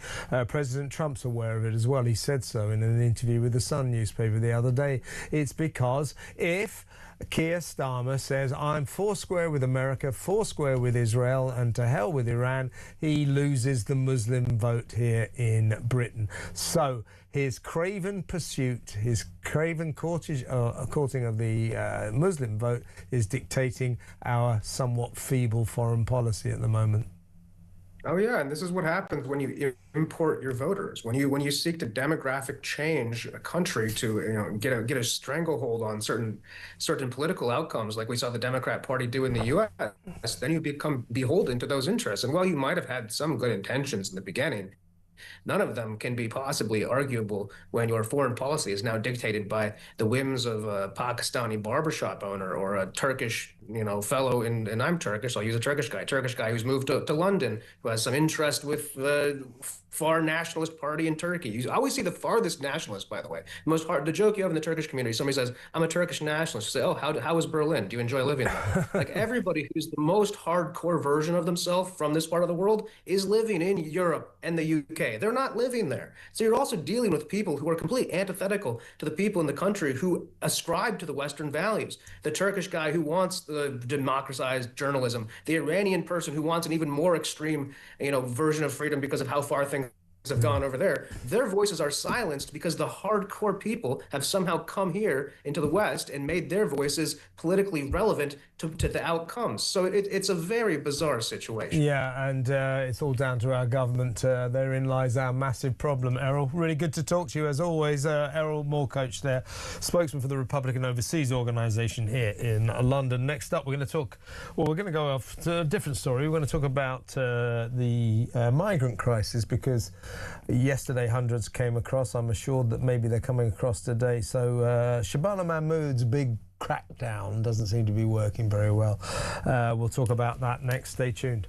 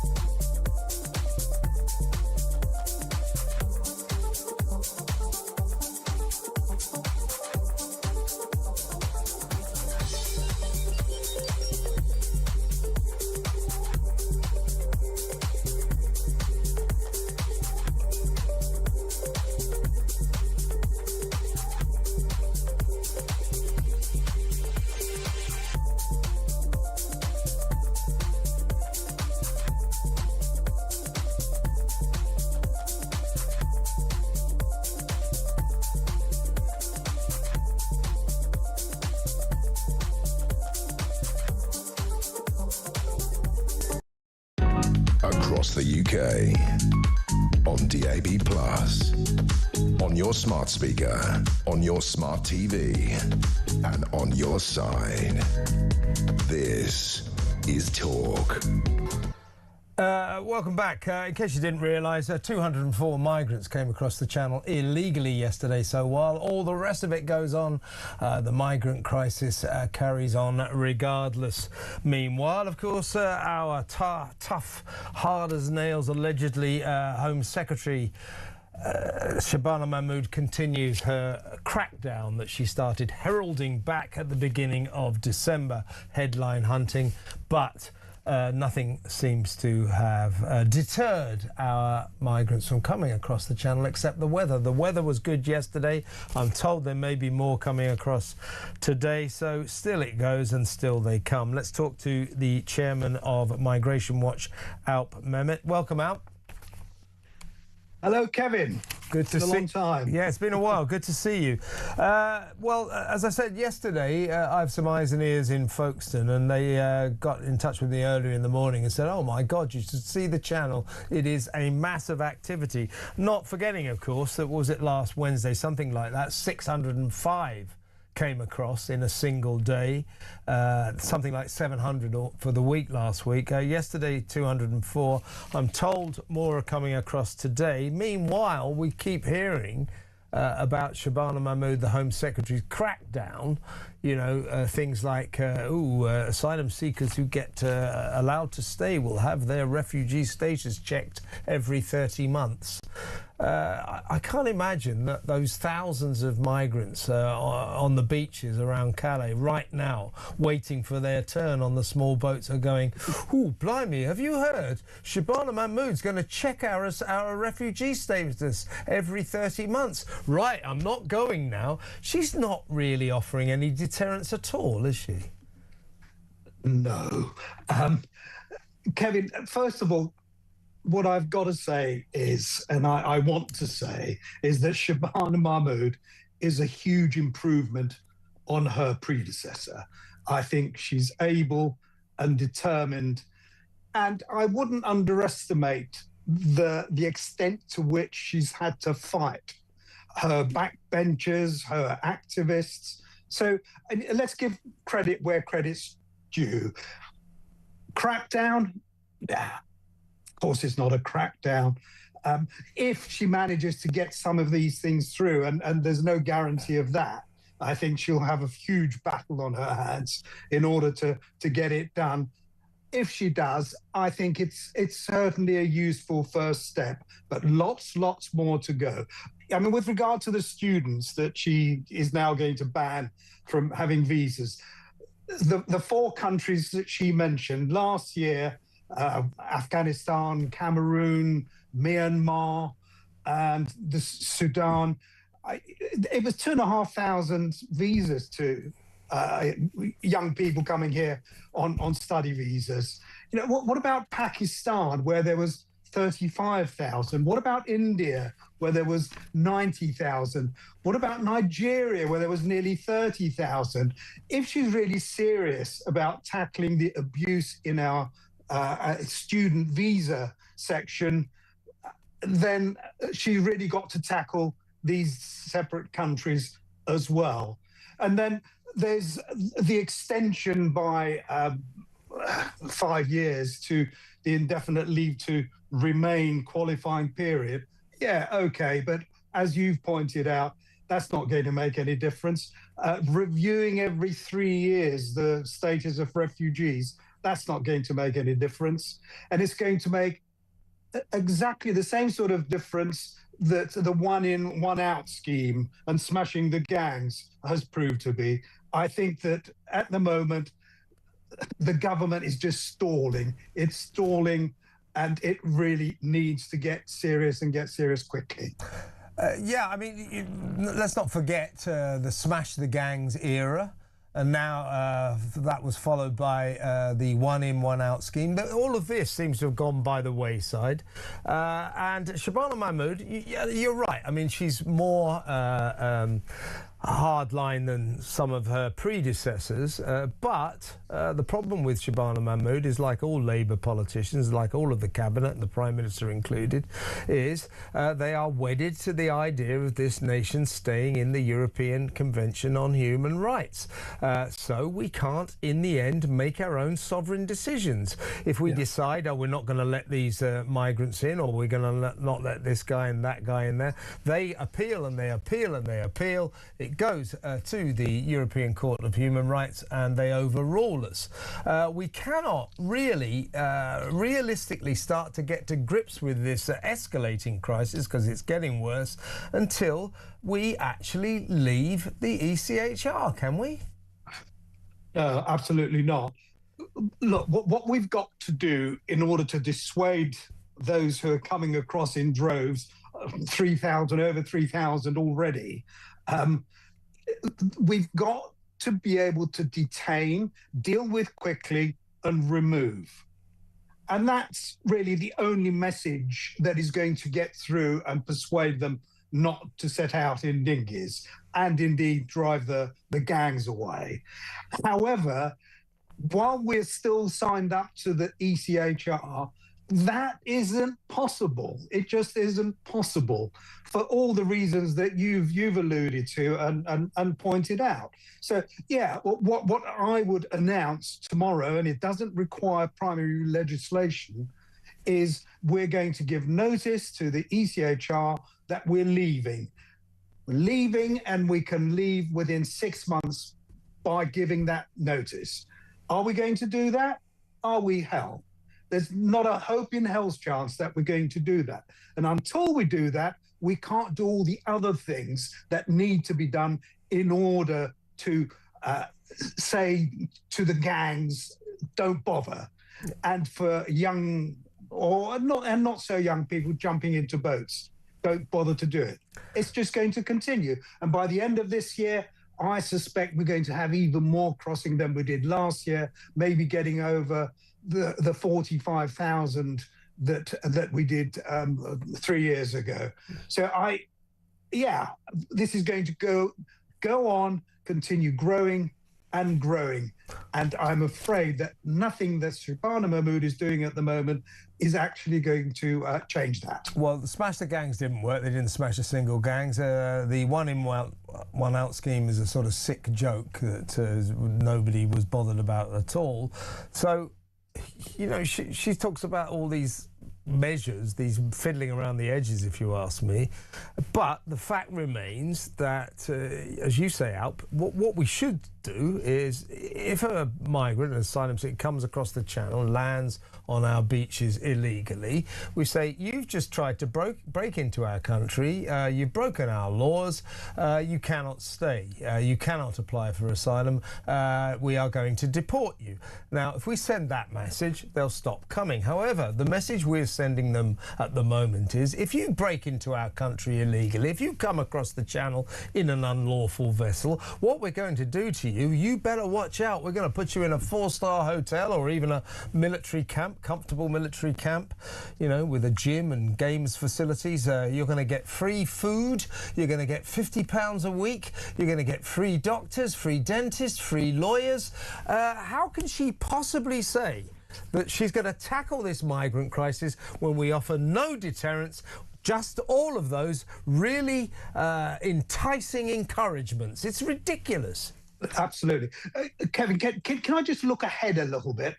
I mean, Iran, it's really hugely important. And potentially, I think that's going to throw millions of people out of the country and many of them heading in our direction.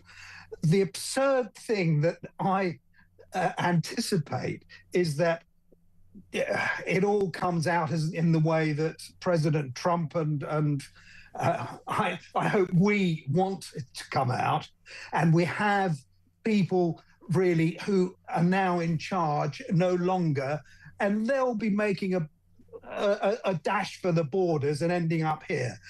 We'll end up giving asylum to the very people that we've been after, and we've been denigrating and saying, you know, these people are evil, they shouldn't be there, we'll end up giving them asylum. That's the absurdity of the situation that we're in at the moment. It's going to get worse. There's talk that, there's 90 million people in Iran, and there's talk that as many as 9 million might make a run for it and, 10%, head our way. And that doesn't bear thinking about. And that the way our system is now out, we'll just let them all in. So it's just going to get worse and worse and worse. Despite that depressing note, it's always good to talk to you. Thank you so much, Alp. Alp Mehmet there, Chairman of Migration Watch UK. Let me know what you think about that. They're coming over as we speak, folks. The weather's good. Here they come. Free food, free hotels, free lawyers. No wonder they keep coming. We're even giving free driving lessons. 0344 499 1000. Let's talk about sport next with the night sports editor of The Sun, Phil Cadden. So stick around.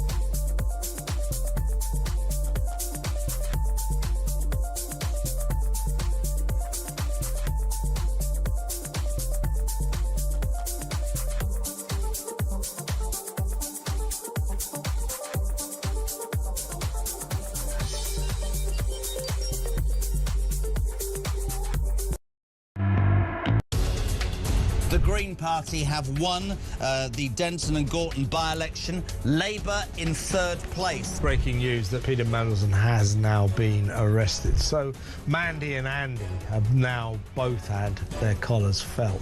What would Andrew Loney tell them to do? To come clean, be honest. And if Charles is complicit in this cover-up, which I believe he is, then I think he has to fall on his sword. When you define sex, or gender or sex, what you mean is biological sex, and that's a man or woman, what you are physically, not what you think you are on a Wednesday afternoon.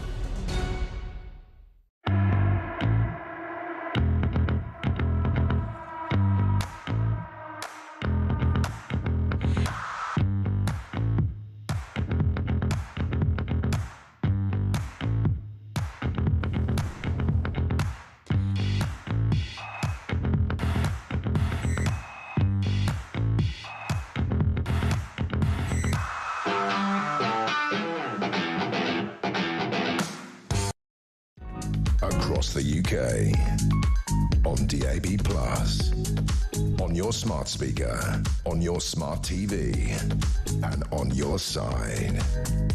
This is Talk.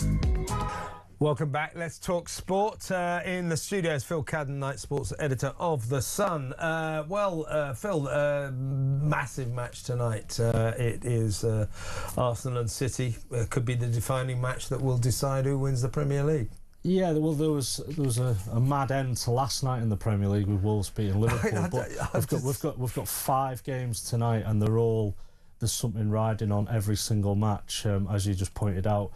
Arsenal leaders go to Brighton. They've got the 5-point lead, but they've played a game more than Man City at the moment. Man City are playing Nottingham Forest at home.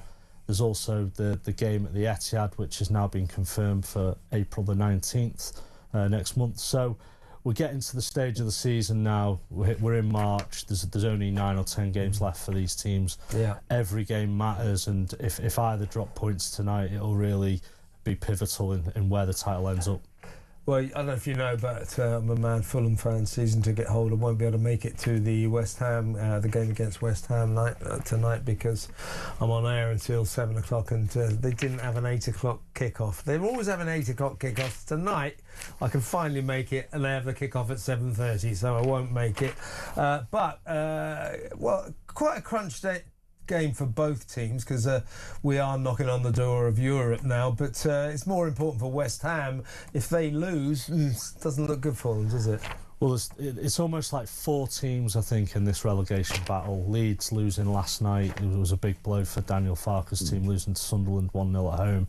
Then you've got Tottenham. They don't look like they're going to win a game between now and the end of the season. You have Nottingham Forest, who keep obviously changing managers, but West Ham seem to be the ones that they've picked up in the last few months, and wins at this stage is just imperative. It's golden, really, to get 3 points.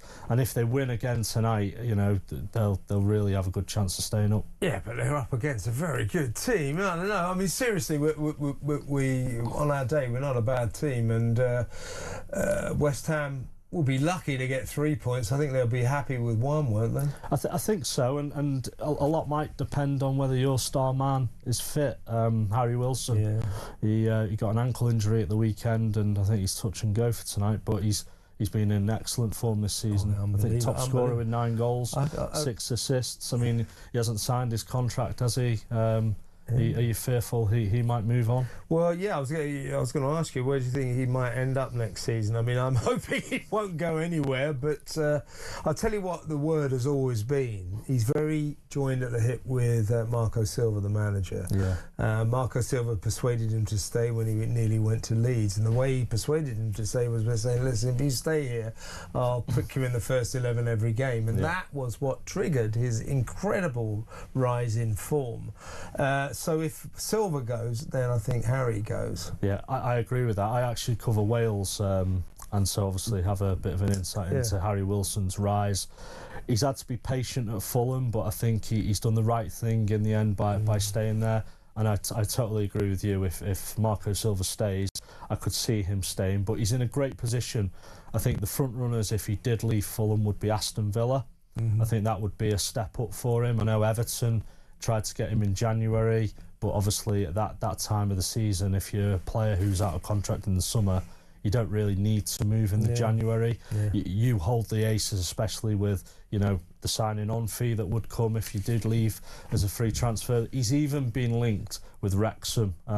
That would be a bit far-fetched. He's from North Wales. They'd have to offer him a lot of money, I would have thought. They've got a bit of money, but he's from North Wales. But I think he's not going to Wrexham. I think that Wrexham would have to come up through the playoffs to even have that conversation. Even then, he's not coming to Wrexham.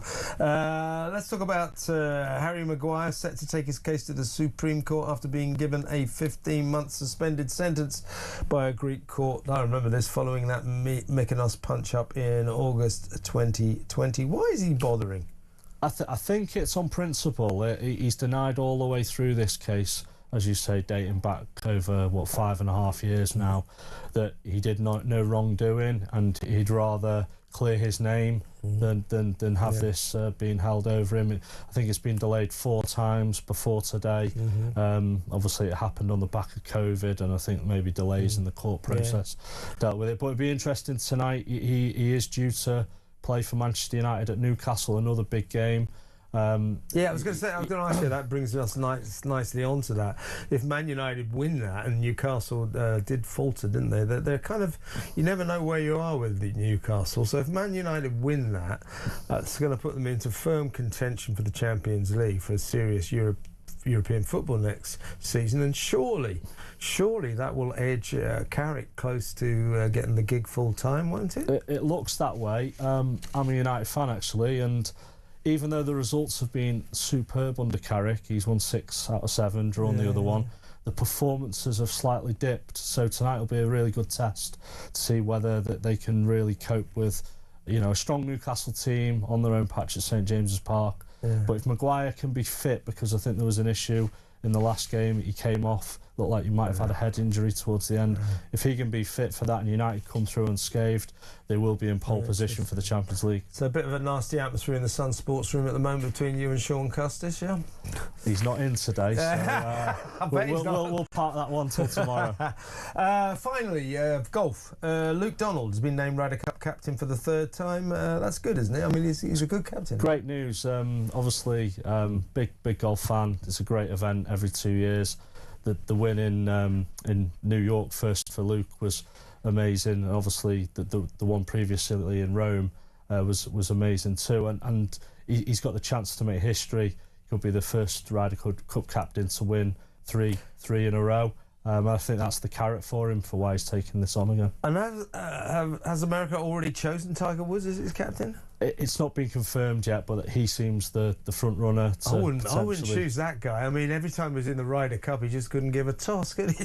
Well, it's amazing. Some of the on sort of the stats, the American players are always like, you know, the top 10 or sort of 9 out of the top 10, but to come together as a team has always been their problem, and that's been Europe's strength over the last couple of we're a good team, and they're good team, and they've picked the same players for the last two. They always do better than us in the singles, don't they? But by then we've already won it. Thank you very much. Next up, much still to come. Stay tuned.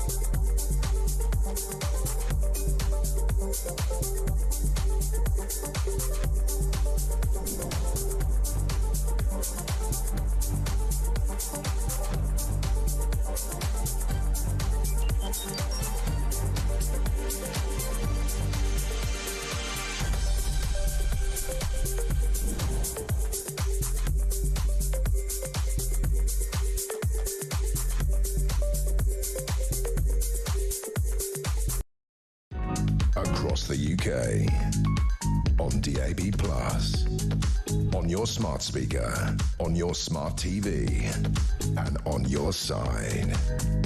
This is Talk.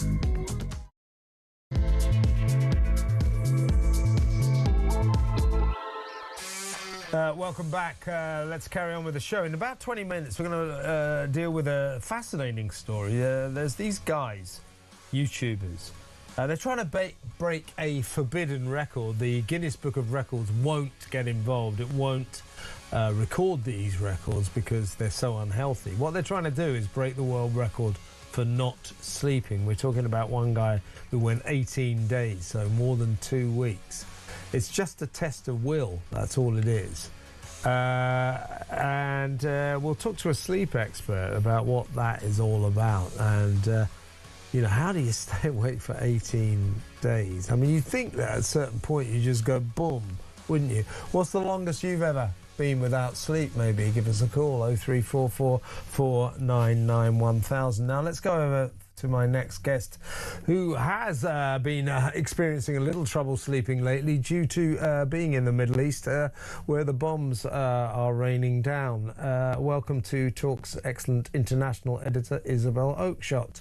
Isabel, before we deal with some of the big stories of the day, how are things? How are you? What's happening? Yeah, thank you for asking that, Kev. Just let me be really clear. There's no bombs raining down. Yeah, I know. I was just a phrase, you know. You know, some people literally seem to think that. Yeah. The reality is that the UAE has been ridiculously targeted. I mean, it's taken 1,000 missiles have come in the direction of the UAE, which is pretty extraordinary given that the UAE is not a hostile country as far as Iran is concerned. So quite why it's taking the full brunt of the Iranian regime's madness, I don't know. But the good news is that about 95% of those have been intercepted. So we're in pretty good shape here. That's the good news. The bad news is, where the hell is this going? I mean, this whole conflict, you know, it evolves by the moment, doesn't it? And with new dimensions pretty much every step of the way, and you're just left wondering, how long is it going to last? Who gets drawn in? It's extraordinary. Let's talk about our Navy warships, or lack thereof, in just a second. But I wish I had you on the show yesterday. I must get your thoughts on Donald Trump dismissing our Prime Minister Keir Starmer as no Winston Churchill. We're not dealing with a Winston Churchill here. You know, humiliating, and America's contempt for our Prime Minister, and by extension our great country right now, knows no bounds. It's humiliating, isn't it? Well, I mean, I think Donald is in tune with much of the British population in holding our Prime Minister in utter contempt. You know, not content with humiliating us over the Chagos Islands, the Prime Minister now seeks to underline our collapse in global status by saying we want nothing to do with this, dithering around as is his wont, and finally, you know, one HMS Dragon, or HMS Minnow as perhaps it should be renamed, is sort of preparing to chug out of wherever it is, Gosport, you know, far too late to be of any help to anyone. Yeah, well, let's talk about this. I had a naval expert on earlier in the show, and he says, in all likelihood, to prepare HMS Dragon to embark on its voyage to Cyprus, it might take a week. That's before it even leaves, and he said then it'll take another week to get there. So we're talking potentially about a fortnight. Meanwhile, talking about embarrassing and humiliating, we were in the early stages of this week. Our military personnel on the island of Cyprus, where we have an air base, was protected by the French Navy. French warships were protecting British people there, and now they've taken a break, and the Greek Navy has taken over. Greek frigates are now protecting British military personnel on the island of Cyprus, where this government at the weekend absurdly tried to maintain that the two missiles fired by Iran at our airbase, that was just an accident. They're spraying missiles everywhere. Two of them happened to land right by, or one of them on a runway at our RAF base in Cyprus, the other one just next to the airbase. It's just, as I say, it's just really excruciating, this, isn't it? Well, this Prime Minister is guilty of a serious dereliction of duty, not preparing for this. Everybody knew America was going to strike fairly soon. He did nothing about it, and now we can't even defend our own people in Cyprus. It's unbelievable, isn't it?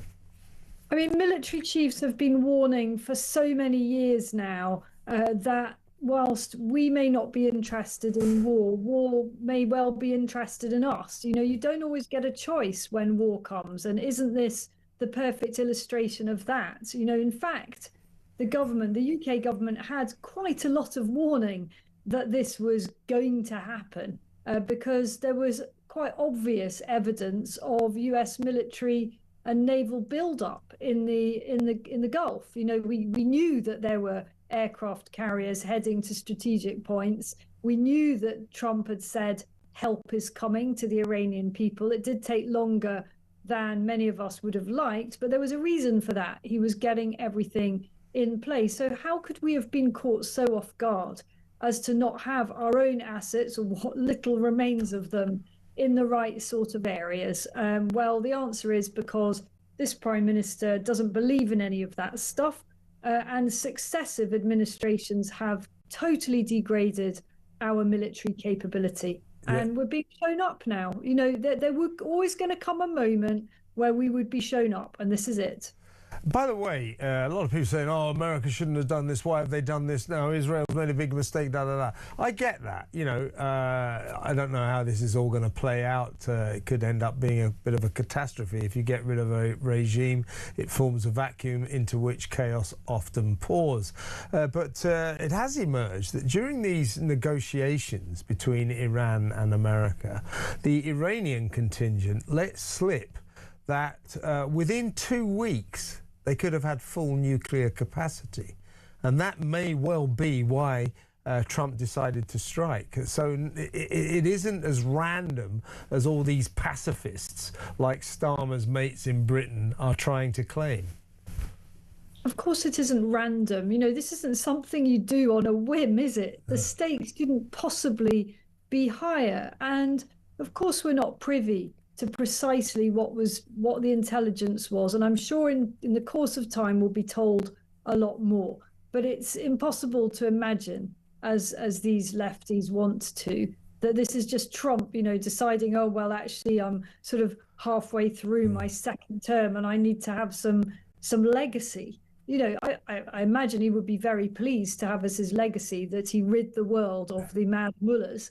But I don't think you would have just randomly chosen, oh, well, actually, it's sort of... What the hell? You know, it's the beginning of March, maybe a good time here for a little war. It doesn't really work like that, does it? No, it doesn't. Now, I want to play you something, a film.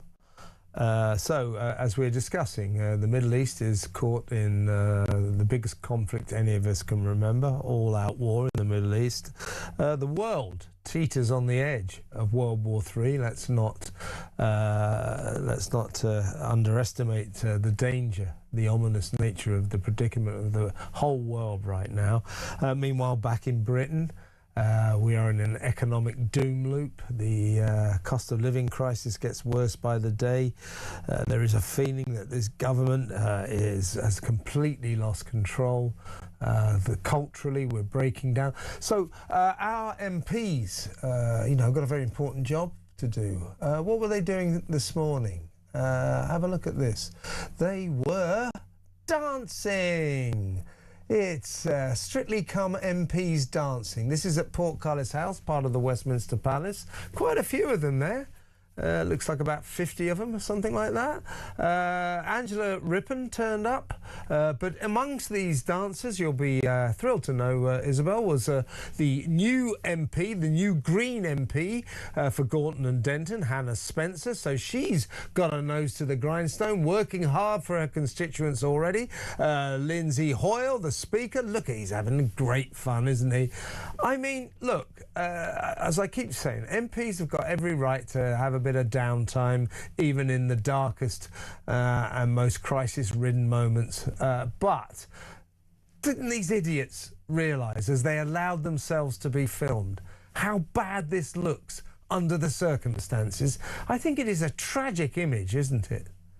It is an absolutely appalling image. It's so bad I thought it was a joke. I did too. Some kind of AI thing. Like, what kind of complete lack of self-awareness? Oh, look at her. At the moment, we're just showing, for those that are listening on the radio, we're just showing the new MP for Gordon and Denton taking selfies as she does these line dance and routines, whatever it is. It is utterly, utterly embarrassing. I don't know how they could not have seen how this would look under the circumstances. We are absolutely on the brink here of a cataclysmic geopolitical crisis. I mean, arguably we're already well in that. And these guys are what, tap dancing in the middle of the House of Commons? Are you serious? I know, as I said, they can all foxtrot Oscar. They really can. Outrageous. Now, again, as the world teeters on the edge of world war, and our Prime Minister is not compared to Churchill by the President, and the President points out that in an interview with the Sun newspaper a couple of days ago, he said the trouble with your Prime Minister is his foreign policy is being dictated by his need to court, or his apparent need to court, the Muslim vote. Everything Keir Starmer does seems to be geared towards currying favour with the Muslim community. So after that day yesterday, when he was under a lot of fire for the catastrophe that's unfolding around him, and his continued ludicrously craven pursuit of the Muslim vote, where was he? He went to an iftar bash in Westminster Hall and made this speech. But on Iran, I want to make clear the UK was not involved in the offensive strikes of the US and Israel, and that remains the case. Call applauding, yeah. Honestly, it's pathetic, isn't it? This palpable desperation of this little man. Please vote for me, please, please. We're nothing to do with Iran and horrible America. We love Iran. It is, again, seriously embarrassing. I think there's a really serious question here, though, about what he's basing this idea on, that Muslim voters in the UK are sympathisers of the horrendous Iranian regime. Now, I'm afraid quite a few of them are, but I don't think the majority are. And if the majority are sympathisers of the Iranian regime, well, we've got to ask some very, very serious questions about the kind of people we have in our country. Earlier in the show, I had my Muslim friend from Birmingham, Ahmed Yaqub, on, and I asked him, I said, look, Keir Starmer's doing all this to court the Muslim vote. Is he going to get it? And, you know, Ahmed is a sort of activist, Islamic activist, make no mistake. He said, listen, let me tell you something. The Muslim community in Britain hate Keir Starmer. And he pointed out, he said, we're British. We're the same as the rest of Britain. We hate him like everyone else hates him. So all of this that Starmer's doing, it's not working. He's not getting the bloody vote that he seems to think he's succeeding in garnering. Well, I don't really know anyone who likes him. I mean, you only have to look at the approval ratings. He is the most unpopular Prime Minister in modern history. And part of the reason for that is because he's not even a strong leader. You know, you can't even respect him for strong leadership that you disagree with. He's just dithers the whole time. And it's very, very hard to respect that kind of non-leadership. Yeah. And it doesn't matter how many iftars he goes to. I like a bit of an iftar myself, a lovely, lovely occasion. But it doesn't matter how many of those he walks up at. It's not going to change that. Yeah, I quite like an iftar. I don't like the fasting bit, but I'll be there for the iftar every day of the week. Excellent to talk to you, Isabel. Stay safe, I mean it. Isabel Oakeshott, our international editor, over there in the Middle East as we speak. So reporting from the scene of the action. Now, let's play a quick voice note, shall we? This is John in Glasgow on Keir Starmer. Kevin, I am absolutely astonished that the commentators and guests on your show this afternoon are actually coming out and saying, oh, Starmer should be doing this. I'm surprised he's not doing that. Starmer doesn't care. I just don't understand how these people don't see this. He does not care about this country. End of story. He's been dragged in, kicking and screaming to actually help, well, try to help the base at Cyprus. If he was interested, he'd have been on the ball right away, back in America, etc., and he hasn't done it. He doesn't care about this country, he doesn't care about our forces, and he doesn't care about our people. And I'm more surprised that your guests and speakers do not see this. Well, I think they sort of do. I think they... thank you, John, by the way, good voice note. But I think that what we all recognise, all of my guests, including me, that Starmer's only preoccupation is with himself. preserving the job he's guaranteed to lose in May. He's just obsessed with his own prospects, his own self, and nothing else. Hence, he's. Stopped Andy Burnham from standing in Gorton and Denton. Andy Burnham probably could have won that seat for Labour, but Keir Starmer stopped him standing there in the full knowledge that would mean Labour would not win that seat. But if Andy Burnham had won, he'd have got into Parliament, into the Commons, and he'd have mounted a successful leadership challenge against Keir Starmer. So that's why he did that. Let's take a quick call before we go to break. Let's talk to David in Gloucestershire. Hello, David. Hello, Kevin. How are we all? I'm all right. How about you? Oh, I'm okay. I'm all fine. The point I was trying to think was Starmer's known this war was coming for weeks because the Americans in the planning... We all have, David. Yes, but Starmer would have been told by Trump directly, or the American authorities, because they were looking to use the airfields. That's a very good point. That's a really good point. So they had it all planned. They said, look, we're going to use British airfields, right? You better contact the British authorities through the military, through the whatever, the official channels, and say, right, we want to use your airfields. So they would have had this planned for weeks. So he knew this was coming. This isn't a surprise to him. So if he tells you any different, he is a liar. Shock horror. Well, given what you say, look, you didn't have to be the Prime Minister or a member of the British Cabinet to know that America was preparing to strike Iran. Donald Trump's been talking about it for weeks. Kept talking about my beautiful Armada. Armada is now in the Mediterranean, sailing towards Iran. He kept announcing it in public. So you didn't need to be, in on the secrets to know that what happened was going to happen. And yet Keir Starmer, who, you're right, David, would have had more information than us, chose to do absolutely nothing except dive into his international law books and ban America from using our air bases until he changed his mind. It's extraordinary. Well, I think he's being told not to let them use it by our friends from China. Well, they are. To be fair, he's changed his mind on that. It's a limited use, but he has allowed now America to use our air bases as long as it's for defensive purposes and they attack Iranian missile storage units. That is within international law, you see, David. But so he is allowing America to use our facilities now in a limited way, but that isn't really the point. This guy just doesn't really know what the hell he's doing. Any decision he ever makes, he changes his mind, doesn't he? Well, I also think this Chagos deal is so important to him because it's just how much money are they all making out the deal. Well, one of his mates apparently is making some money, Philippe Sands, another one of these human rights lawyers who doesn't like Britain very much, including Keir Starmer and Richard Hermer. Trading away the Chagos Islands to Mauritius, the very best friends of China. Good news, eh? David, I've got to go, but thank you very much. Excellent call. Call me again. David in Gloucestershire. Let's go to break. We'll take some more calls towards the end of the show. Get on the phone, 03444991000. Next up, we'll take a little bit of a break from all this heavy news.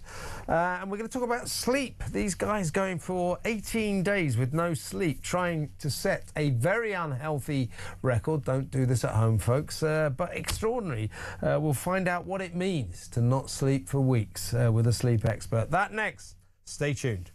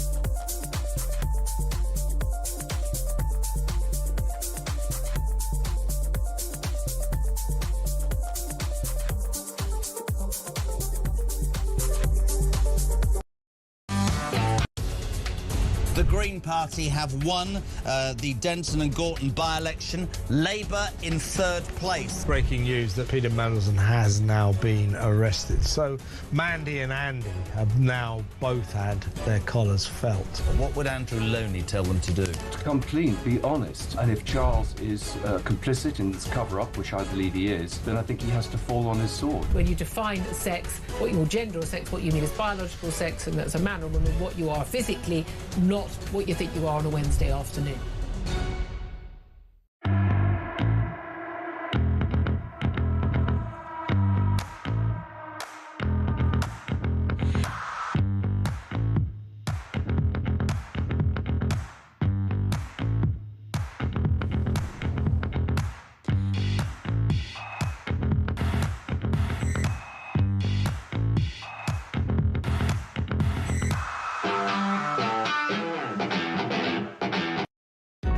Across the UK, on DAB+, on your smart speaker, on your smart TV, and on your side.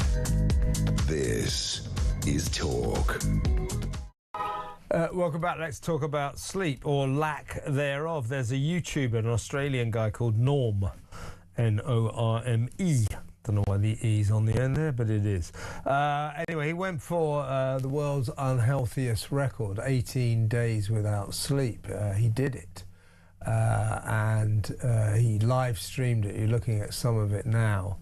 And it's quite distressing at times. I mean, this is purely to beat the record. The Guinness Book of Records won't record this because of its unhealthiness. Let's talk to Sammy Margot. He's a sleep expert. Hello, Sammy. I'm sorry. Yeah, I got your gender wrong. I misgendered you. Welcome, Sammy. That's just fine. How bad is it? I mean, 18 days without sleep. I'm looking here that after a while, after a few days, you know, you start to get hallucinations. Look at him; he's in some distress here. You do have micro sleeps, hallucination o'clock it's called. Paranoia is common, a mistrust of surrounding, mysterious voices, an inability to recognise loved ones. Focusing on words is difficult. Balancing becomes hard. I mean, look, there he is using all these methods to keep himself awake. Obviously, don't do this at home, folks. An extraordinary thing to try, but how bad for you would this be, Sammy?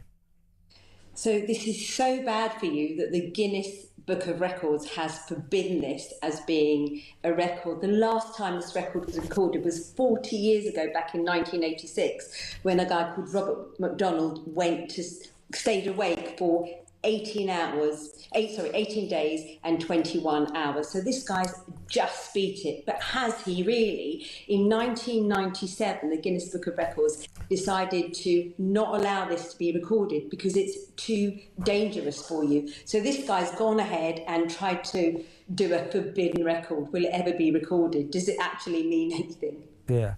Well, I mean, it's interesting, as I say. It's fascinating, so fascinating, yeah. So it just proves what happens when you deprive yourself of sleep, or for some reason you are deprived of sleep. It's so bad, sleep deprivation, that it is now internationally banned as a method of torture. It used to be a way of interrogating people. You're not allowed to do it because it is so bad for the body. I mean, try to explain what is sleep for, and what happens when you don't sleep.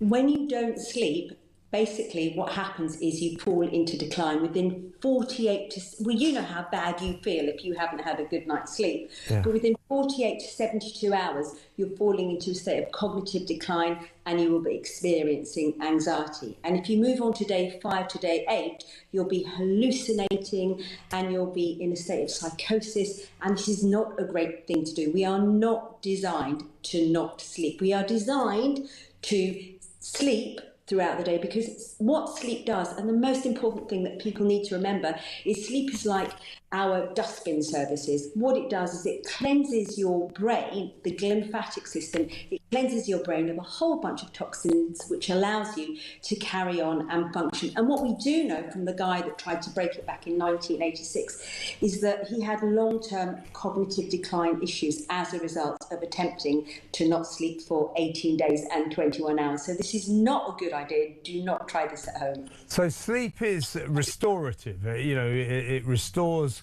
well, your body and your brain. You know, makes you feel ready for another day. So this guy Norm, who went more than 18 days without sleep, the chances are he's done himself some permanent damage. He possibly has, but he's slightly younger, and I don't think that these are permanent, irreversible damage. But what we do know is that over a long period of time, if you aren't, we're not talking about sleep deprivation here, like 18 hours sleep deprivation, but if you're not getting regular sleep consistently, so for those of you that work nights or have disturbed sleep, you may have long-term consequences ranging from physical manifestations all the way through to serious health manifestations, heart disease, cancer, diabetes, and a whole load of cognitive issues. And we do know now with dementia and a lot of cognitive decline issues that sleep is also really fundamental to your general health and well-being. So what does it mean? By the way, this guy Norm, he's tried a few bizarre records. His other one here, he's got the world record for not blinking. He went without blinking for 2 hours and 6 minutes. I saw that. Incredible. I mean, I can't do that. I know. Tell me about it. I can't do that for 10 seconds. I know, everybody it immediately gets you thinking, doesn't it? And standing still, he's got the record for that, 38 hours. And he spent a month in solitary confinement with no light. I mean, all in all, I think Norm probably needs some psychiatric help, but that notwithstanding, his records are interesting. What does it mean? You know, we've all had this, you know, sometimes due to drink or whatever, you go one night without sleep. How bad is that for you? The odd night here or there is absolutely fine, and you can pay off what we call your sleep debt by getting an early night the next night. So a little bit of time without a decent night's sleep is absolutely fine. But what we're looking at is long-term consequences, and this is excessive. This is a one-off excessive thing. But we all go through phases where we're not getting a good night's sleep. New baby, divorce, bereavement, moving house, anxiety, stress. This is just life. And actually, as a nation, we are a sleep-deprived nation. We're meant to be getting 6 to 8 hours of sleep a night. But what's actually happening is many of us, or at least 2/3 of us, are struggling to get a good night's sleep, and we're obviously staying up to watch you on television instead. Of course, yes. I mean, you know, I've done the breakfast show here on Talk, so I know about sleep deprivation a little bit. So, you know, you have to get up at 3:30 in the morning, you tend to struggle to get to sleep, so quite often get just a couple of hours or something like that. And what I find is through the day, I mean, you feel tired, but also I find you're just constantly eating, trying to give yourself energy. And it kind of works for half an hour and then you need to eat something else. So do you think Norm probably would have been stuffing his face after a few days of not sleeping? Well, he tried everything. He tried food, he tried a whole variety of things, going on the treadmill, he tried a whole variety of things. But one thing that sleep does is it does affect, we know that sleep affects weight, which is a topic of the moment. So sleep does play about with your ghrelin and leptin, your appetite and your satiating hormones. If you're not getting enough sleep, you'll be secreting more ghrelin, which makes you crave carbohydrates. Yeah, that's it. That's it. Inappropriate, and also you're less in control, so you're not thinking, oh, I ought to eat more healthily. Whereas the leptin, we call it the leprechaun, the leptin hormone, that helps to suppress your appetite, and that rises when you are getting regular, consistent sleep. So sleep has a huge impact not only on your memory, your moods, your performance, your skin, it also has an effect on your sleep. Oh, sorry, on your weight as well. Yeah, when you have an insomniac, then, you know, people say I'm a total insomniac, and I've had friends who say I'm insomniac, I haven't slept for 5 days, that kind of thing. Are they deluding themselves? You know, they probably haven't slept well for 5 days, so they might have had a few naps here and there, because this guy was micro-napping anyway, and you can't get through 18 days without having these micro-naps. So for those people that call themselves insomniacs, they might just not be getting the quality and quantity of sleep that you need to feel and look good and refreshed. Okay, and one last, good to talk to you, Sammy. Thank you very much for coming on. One last question, really. For those people who do have trouble sleeping, what's your best tip to help you nod off? So I've got 5 really quick tips. Is it a double espresso? Am I doing it wrong? Make sure that you set time aside for wind down, a bit like a dimmer switch. We're not on-off switches. Go to bed at the same time, wake at the same time every day. Sleep in a cool is 16 to 18 degrees centigrade, dark and quiet room. Make sure that you have a decent caffeine cut-off time. And alcohol is not a sleep aid. It prevents you from getting into the deeper stages of sleep, so watch those units of alcohol and time your exercise. And finally, something that's becoming more and more fashionable at the moment is set some time aside for worrying before you go to bed at night. Jot them down on a little notepad before you go to bed at night, so you don't wake up in the middle of the night to worry about those things that you ought to have put down on your worry list. I like that. So be disciplined about your worrying. Absolutely. Sammy, really good to talk to you. Thanks for coming on. Sammy Margot there, sleep expert. 18 days without sleep. The video, that guy looks like he's gone absolutely crazy. Unbelievable. When we come back, we'll talk about what is in the pages of Britain's favourite newspaper, The Sun, tomorrow. That next. Stay tuned.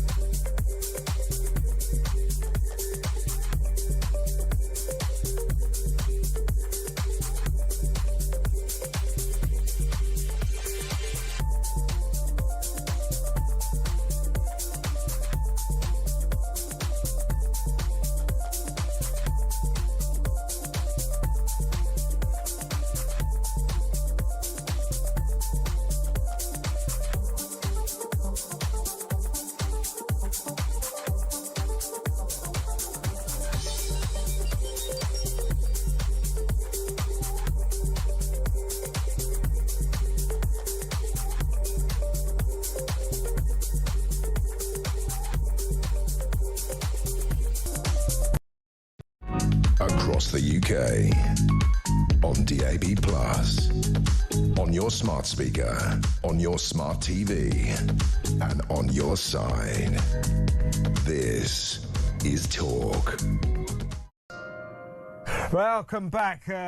Will Barker, Deputy Head of News at The Sun, is in the studio, and we're going to talk about what is in the pages of that great newspaper tomorrow. The first headline I got here, Will, is Harry's Hell. We just talked about this on your sports pages. This is Harry Maguire. He's got this obsession with trying to overturn this verdict when he was found guilty of having a punch-up on Mykonos. I mean, why is he bothering?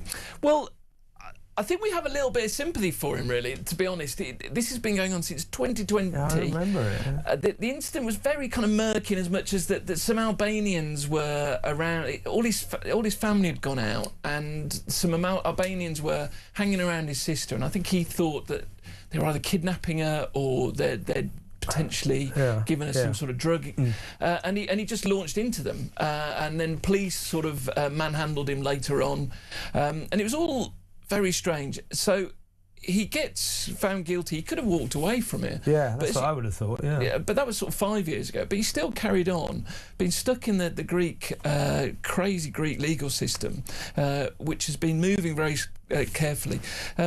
We're putting this on a front tomorrow because we've had a chat with his people, and they've made various allegations about the police out there, and I think he's making a documentary on this whole issue as well. Well, I suppose I quite admire him, really. I mean, he feels that he's the victim of injustice, and he won't give up. Yeah. And I guess that there's a sort of wider implications that he might not potentially be able to get to the World Cup through all of it as well. Yeah, well, we were discussing last night with Sean Custis, there might not even be a World Cup the way things are going. Let's move on to the potential World War, because it got a bit like that, didn't it? An Iranian warship was plunged to the bottom of the sea after being torpedoed by an American submarine, and this was, as I understand it, off the coast of Sri Lanka. So it is going global. I love this. I mean, all those World War II films with deep submerged submarines taking out warships, all that kind of stuff, incredible stuff. I mean, obviously there was probably a lot of loss of life there, but the Yanks found this Iranian ship out, and I guess it was sort of one of these ghost ships had sort of gone out into foreign waters, thinking it was hidden. But the Yanks tracked it down, fired this torpedo and took it out, and they released the footage today of it. It's an amazing sort of story. I mean, it does indicate, as I say, that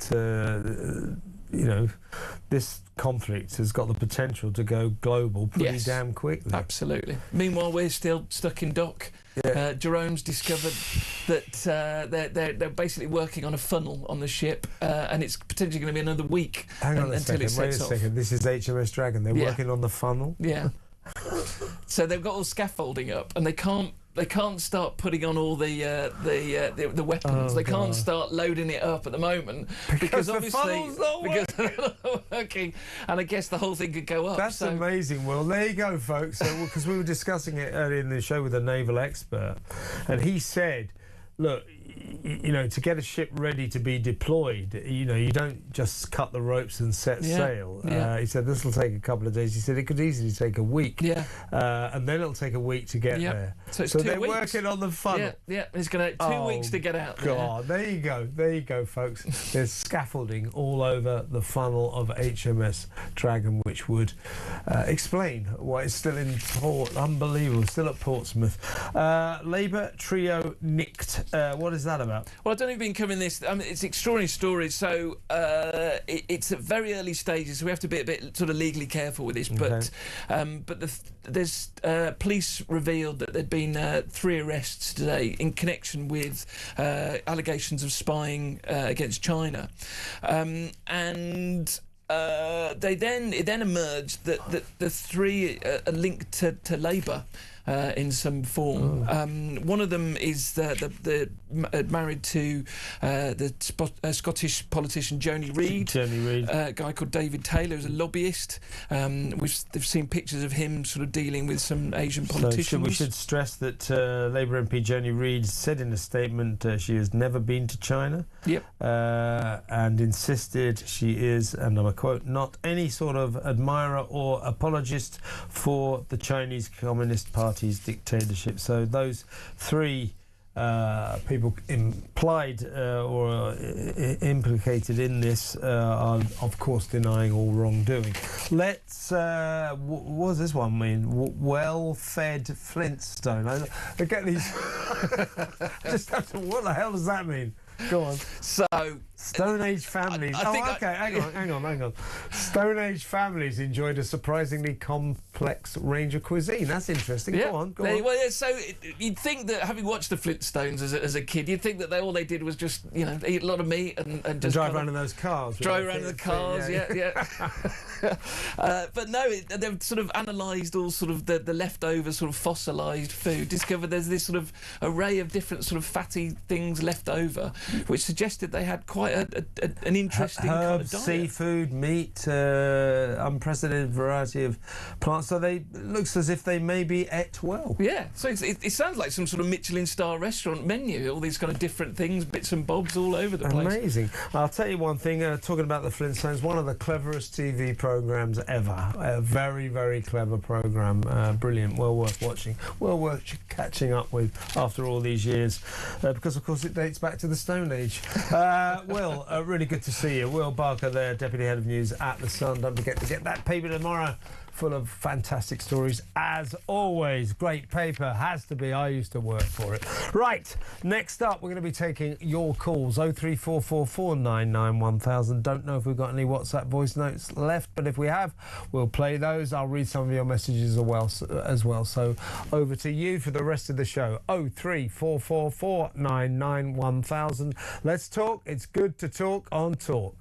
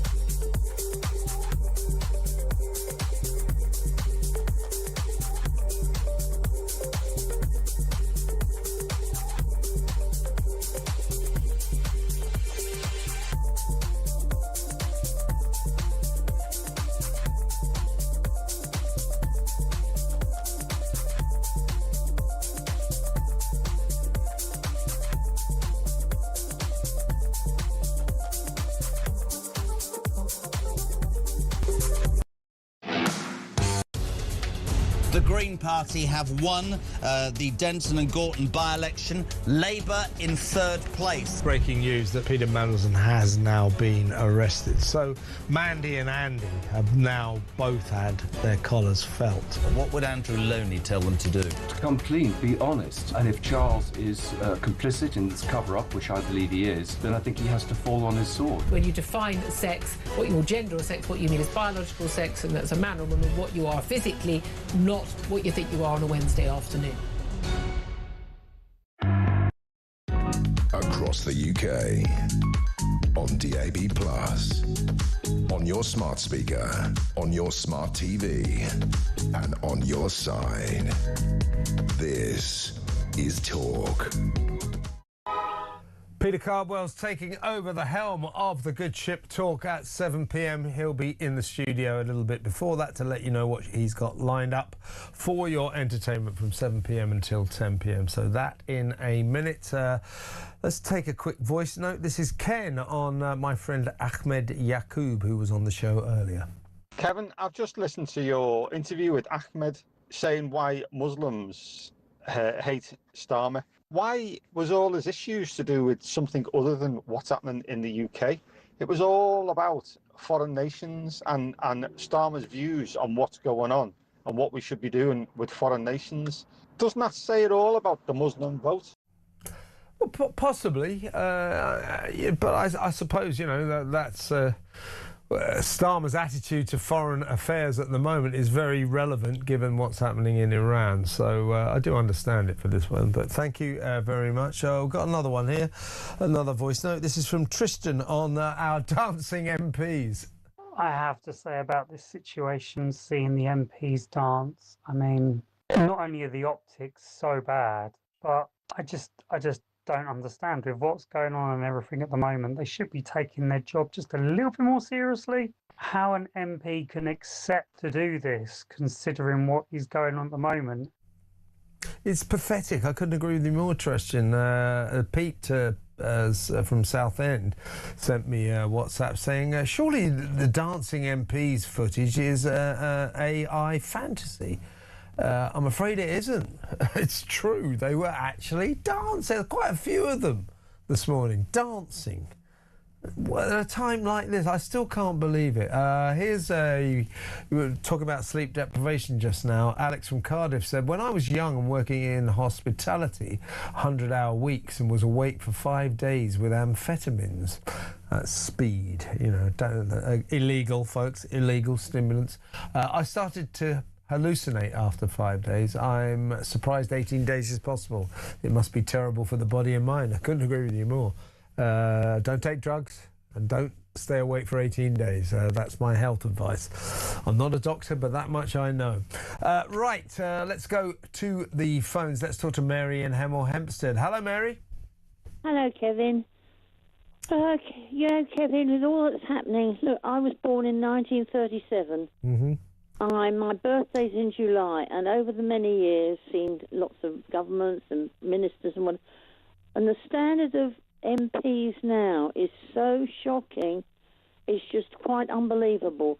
I hear it's a favourite word of Starmer is law or illegal, lawful. International law. Those same old words, and yet he is so, to me, he is so corrupt and so sleazy.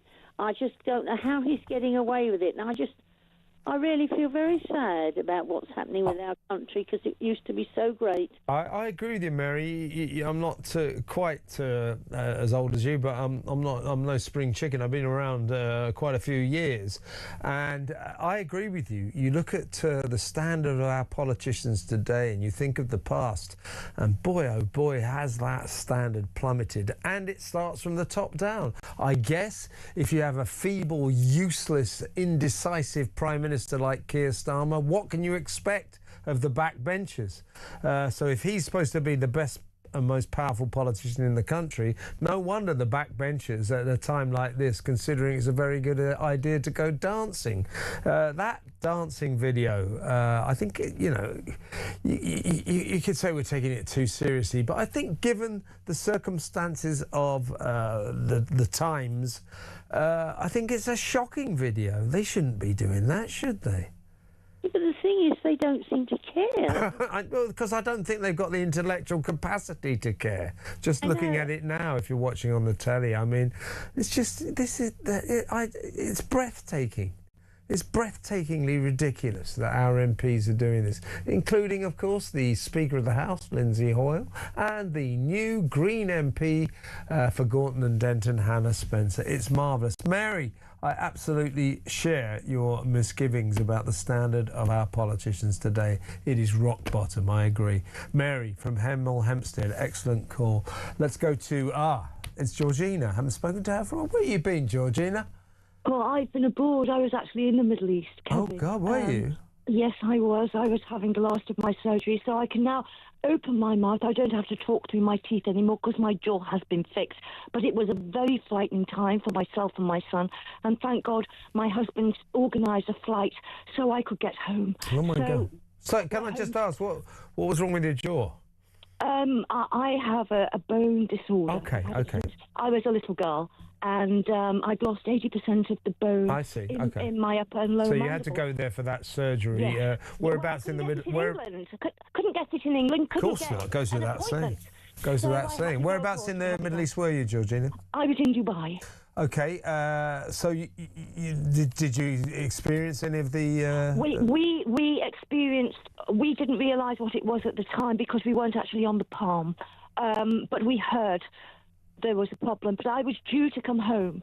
So we were very lucky that my husband had organised a flight for me to get home. But my youngest son was absolutely terrified because we didn't see much on the television, but it was what people were saying. Yeah, of course. They were aware what was going on, even though it wasn't all over the television, obviously, because we wasn't aware at that time what was actually happening. But we know now what's happening, and thank God I'm back. Well, listen, Georgina, I'm glad your jaw is better, and I'm glad you got out of there. What are your thoughts about our Prime Minister in these terrible times?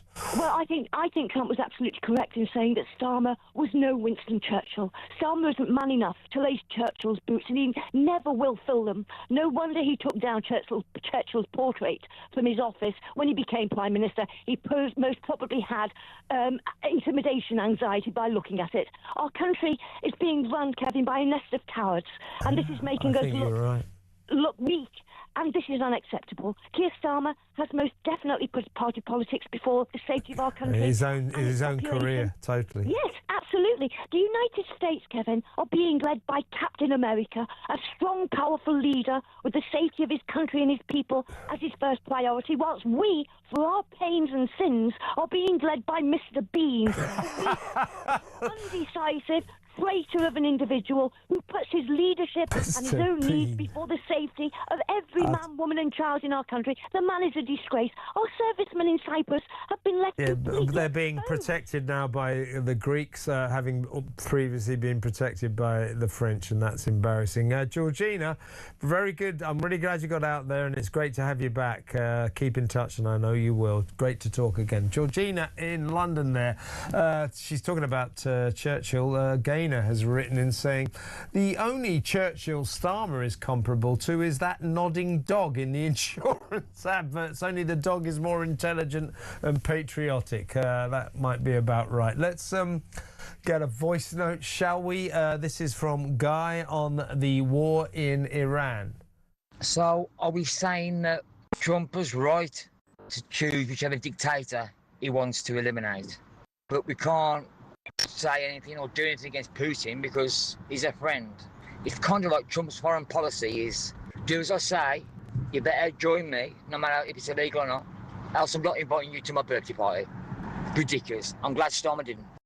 Yeah, it is ridiculous. Well done, Guy. Nice voice note there. Final call from Colin in North Yorkshire. Hello, Colin. Hi, Kev. Hi. Pleased to talk to you finally. Good to talk to you. You want to talk about Keir Starmer, our Churchillian leader, do you?